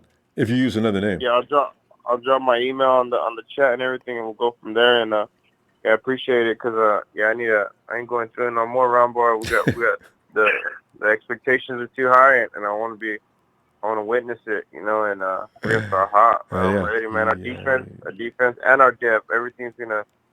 And I like when Saleh uses terms like organized chaos and stuff like that. He's like, it's going to be crazy up there. No breaks. Extreme violence. It's going to be a lot of tip balls. A lot of tip balls and picks. And the fire's going to be turned up this year, man. And we're going to have a lot of bigger crowds. It's going to be live, man. It's going to be live. And there'll be 49er crowds. It's been embarrassing to sit there and watch other teams in our stands. Yeah, I'm gonna start getting some shit together so I can make it to the Niners when they come out here in LA, and it's pretty much a home game for us. You know how that is. The Red Sea takes over everywhere they go. So. Yeah, that's awesome. I appreciate what you do, Ronbo. Appreciate everything you got going on. You take the time. It's a privilege to be on here. It's my pleasure. Give us a platform. Give us a platform, and appreciate it, Ronbo. Thanks, man. All right. Yeah, hopefully we'll catch you during a break tomorrow and get on back in and let's talk some more, okay? Yeah, hell yeah. I'm gonna figure something out. Or if not, I'll step on the earpiece. But I'll be in trailers sometimes, and sometimes I don't know if you can hear me, but I'm gonna try it tomorrow because sometimes there's forklifts, and I can go in there and I'm gonna see how the audio is and hang out. The Ronbo test. It look like Ronbo test or not. Yeah, and just make it look like you're busy, but yet you and I be talking. All right, fam. I'll see you tomorrow since day one. Ronbo. Yeah, Empire, you stay faithful, stay loyal, stay out of trouble, and keep doing what we're doing. Appreciate you, Ronbo. That's what I'm talking about. Night, fam. Night, family. All right, now I'm sending it. Russo, check your email. I think we got something there for you. You can get back in. All right. Meantime, I see Jaime or Jamie Square. This is good. Ronbo, hey, sup? Y'all keep sleeping on Kendrick. Just wait for it. Jamie, I'm trying to tell them. They're looking back at a couple of mistakes he made last year, whatever happened, like that will be the Kendrick forever. Like he's only a second-year player last year, and there's no way he can progress. He sucks, and he'll forever suck, and he ain't. He's having a great camp. So there you go. Ralph Delso just got back from the 49ers practice, man, Bosa looked scary good. With him and Dee Ford on the line, Jimmy G had to hurry up and get rid of the ball because they were just coming. Can't wait to see Dee Ford. See? And Dee Ford is actually the OG of the group. He's the one who's been doing that the longest and the most dangerous. And he's not even there, and they're still getting it done. Oh, God. Scotty B, Arizona Niner Empire now. Hey, Scotty. And Derek Dawson says, no, Ronbo, Kyle said he is running scripted plays for the offense to execute no scheme. No, I know. But the thing is, they are still running it, and can you stop it? Still is the question, though. You know, but it was vanilla or, as you say, mostly rehearsed plays. Jamal, as I'm checking in, bro. Niner Empire, Niner for life. Dad Cortez, 5'5" Niners Empire from Visalia. Since day one, right in your neighborhood. 5'5". Look it up. Maybe you can Google it. Dad Cortez, 5'5" Niners. That's 559, no E, 559 RS, 559 RS, 559 RS, Empire. All right, check that out. Because you're in Visalia. There you go. All right. Jux373, because I like what I'm hearing, and I can't wait for the leash to be taken off the defense on game day. And we got wild dogs. Oh. It's funny to know, too, that the guy who likes to throw INTs is now with Bruce Arians over in Tampa Bay, and I can't wait to see his face when he sees what's coming at him. All-Star Luna said, hey, I was thinking about the Jimmy G not throwing interceptions. Maybe the footwork is looking right, and the call is coming with more zip. Remember, Cap hardly had picks. True. They're such two different quarterbacks, though. So, I don't know. There's no comparison between the two because they were different mechanics. Cap was more athleticism, more screwing up a defense that over-pursued. He'd get away. But Jimmy will kill you by getting rid of the ball quickly. That's his thing. And accurately. Not that Cap wasn't accurate. I mean, really pinpoint accuracy and timing, things like that. Michael Hanks said, hey, imagine if we didn't get Bosa and Cards got, and the Cards got Bosa. We'd have to deal with it. That's what I was worried about, too. I'd rather deal with Kyler Murray than Bosa. Because I don't think we would have been happy with our pick if it was not Bosa. Because we'd have to hear about him. I've got to check out the other guys everybody wanted, too, though. Josh Allen, Quentin. I want to see what Williams is doing as well. Mr. Block Guys 22. Hey, who do you think should be our starting running back? McKinnon moving good. How's Breda looking? I like him. He got speed. I like Coleman. He did good in Atlanta. What's your opinion on running backs? I really am curious as to see what does Jerick McKinnon have? Why did Kyle want him? He wrote his whole the whole premise of his playbook last year was pretty much built around his running back because he does everything out of play action. If he thought that much of him last year during training camp, he didn't necessarily put Matty B in that position, but Matty B did do a good job. Are we seeing the second best guy of last year? I really want to know. Was he doing that well before he got hurt? Hey, Jordan Burns, hey, love you so, keep it nice. Thanks, Jordan. And Sis Day One says, hey, I moved to L.A. All right, so that's okay, all right. Kim Buso Boutro. Hi, Kim. I enjoyed the show as always. Night, fam. Thanks, Kim. Night. I can't just get that. I thought he said he was in Visalia, though. And maybe that's what he means. I don't know when that message came in from Since Day One. Okay. There's more. Jacob Aguilar from Visalia. Jacob, you guys got to get together with Since Day One and tell them what to do, because I know you guys are already members of 49 Houses there. Luis Espinosa says, what's up from Visalia? What's Visalia's all up in here tonight?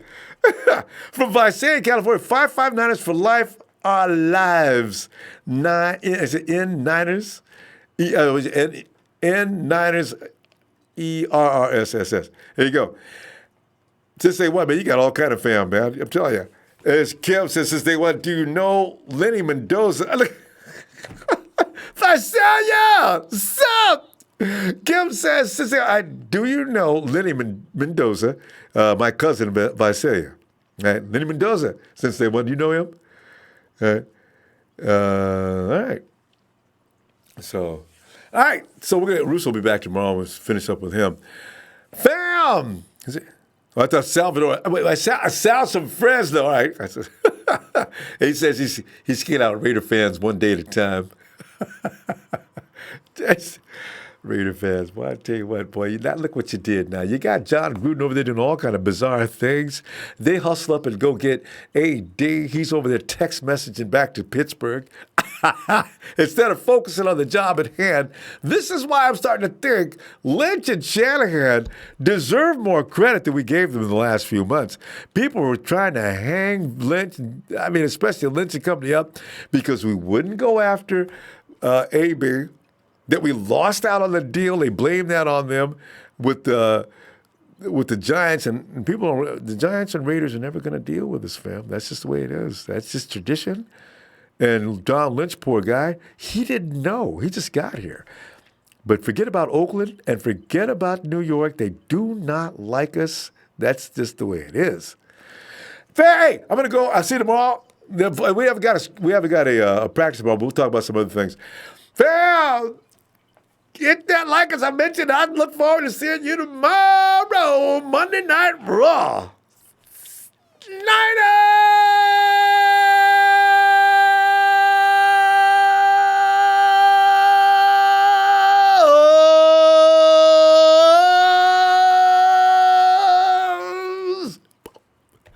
Night, Lisa.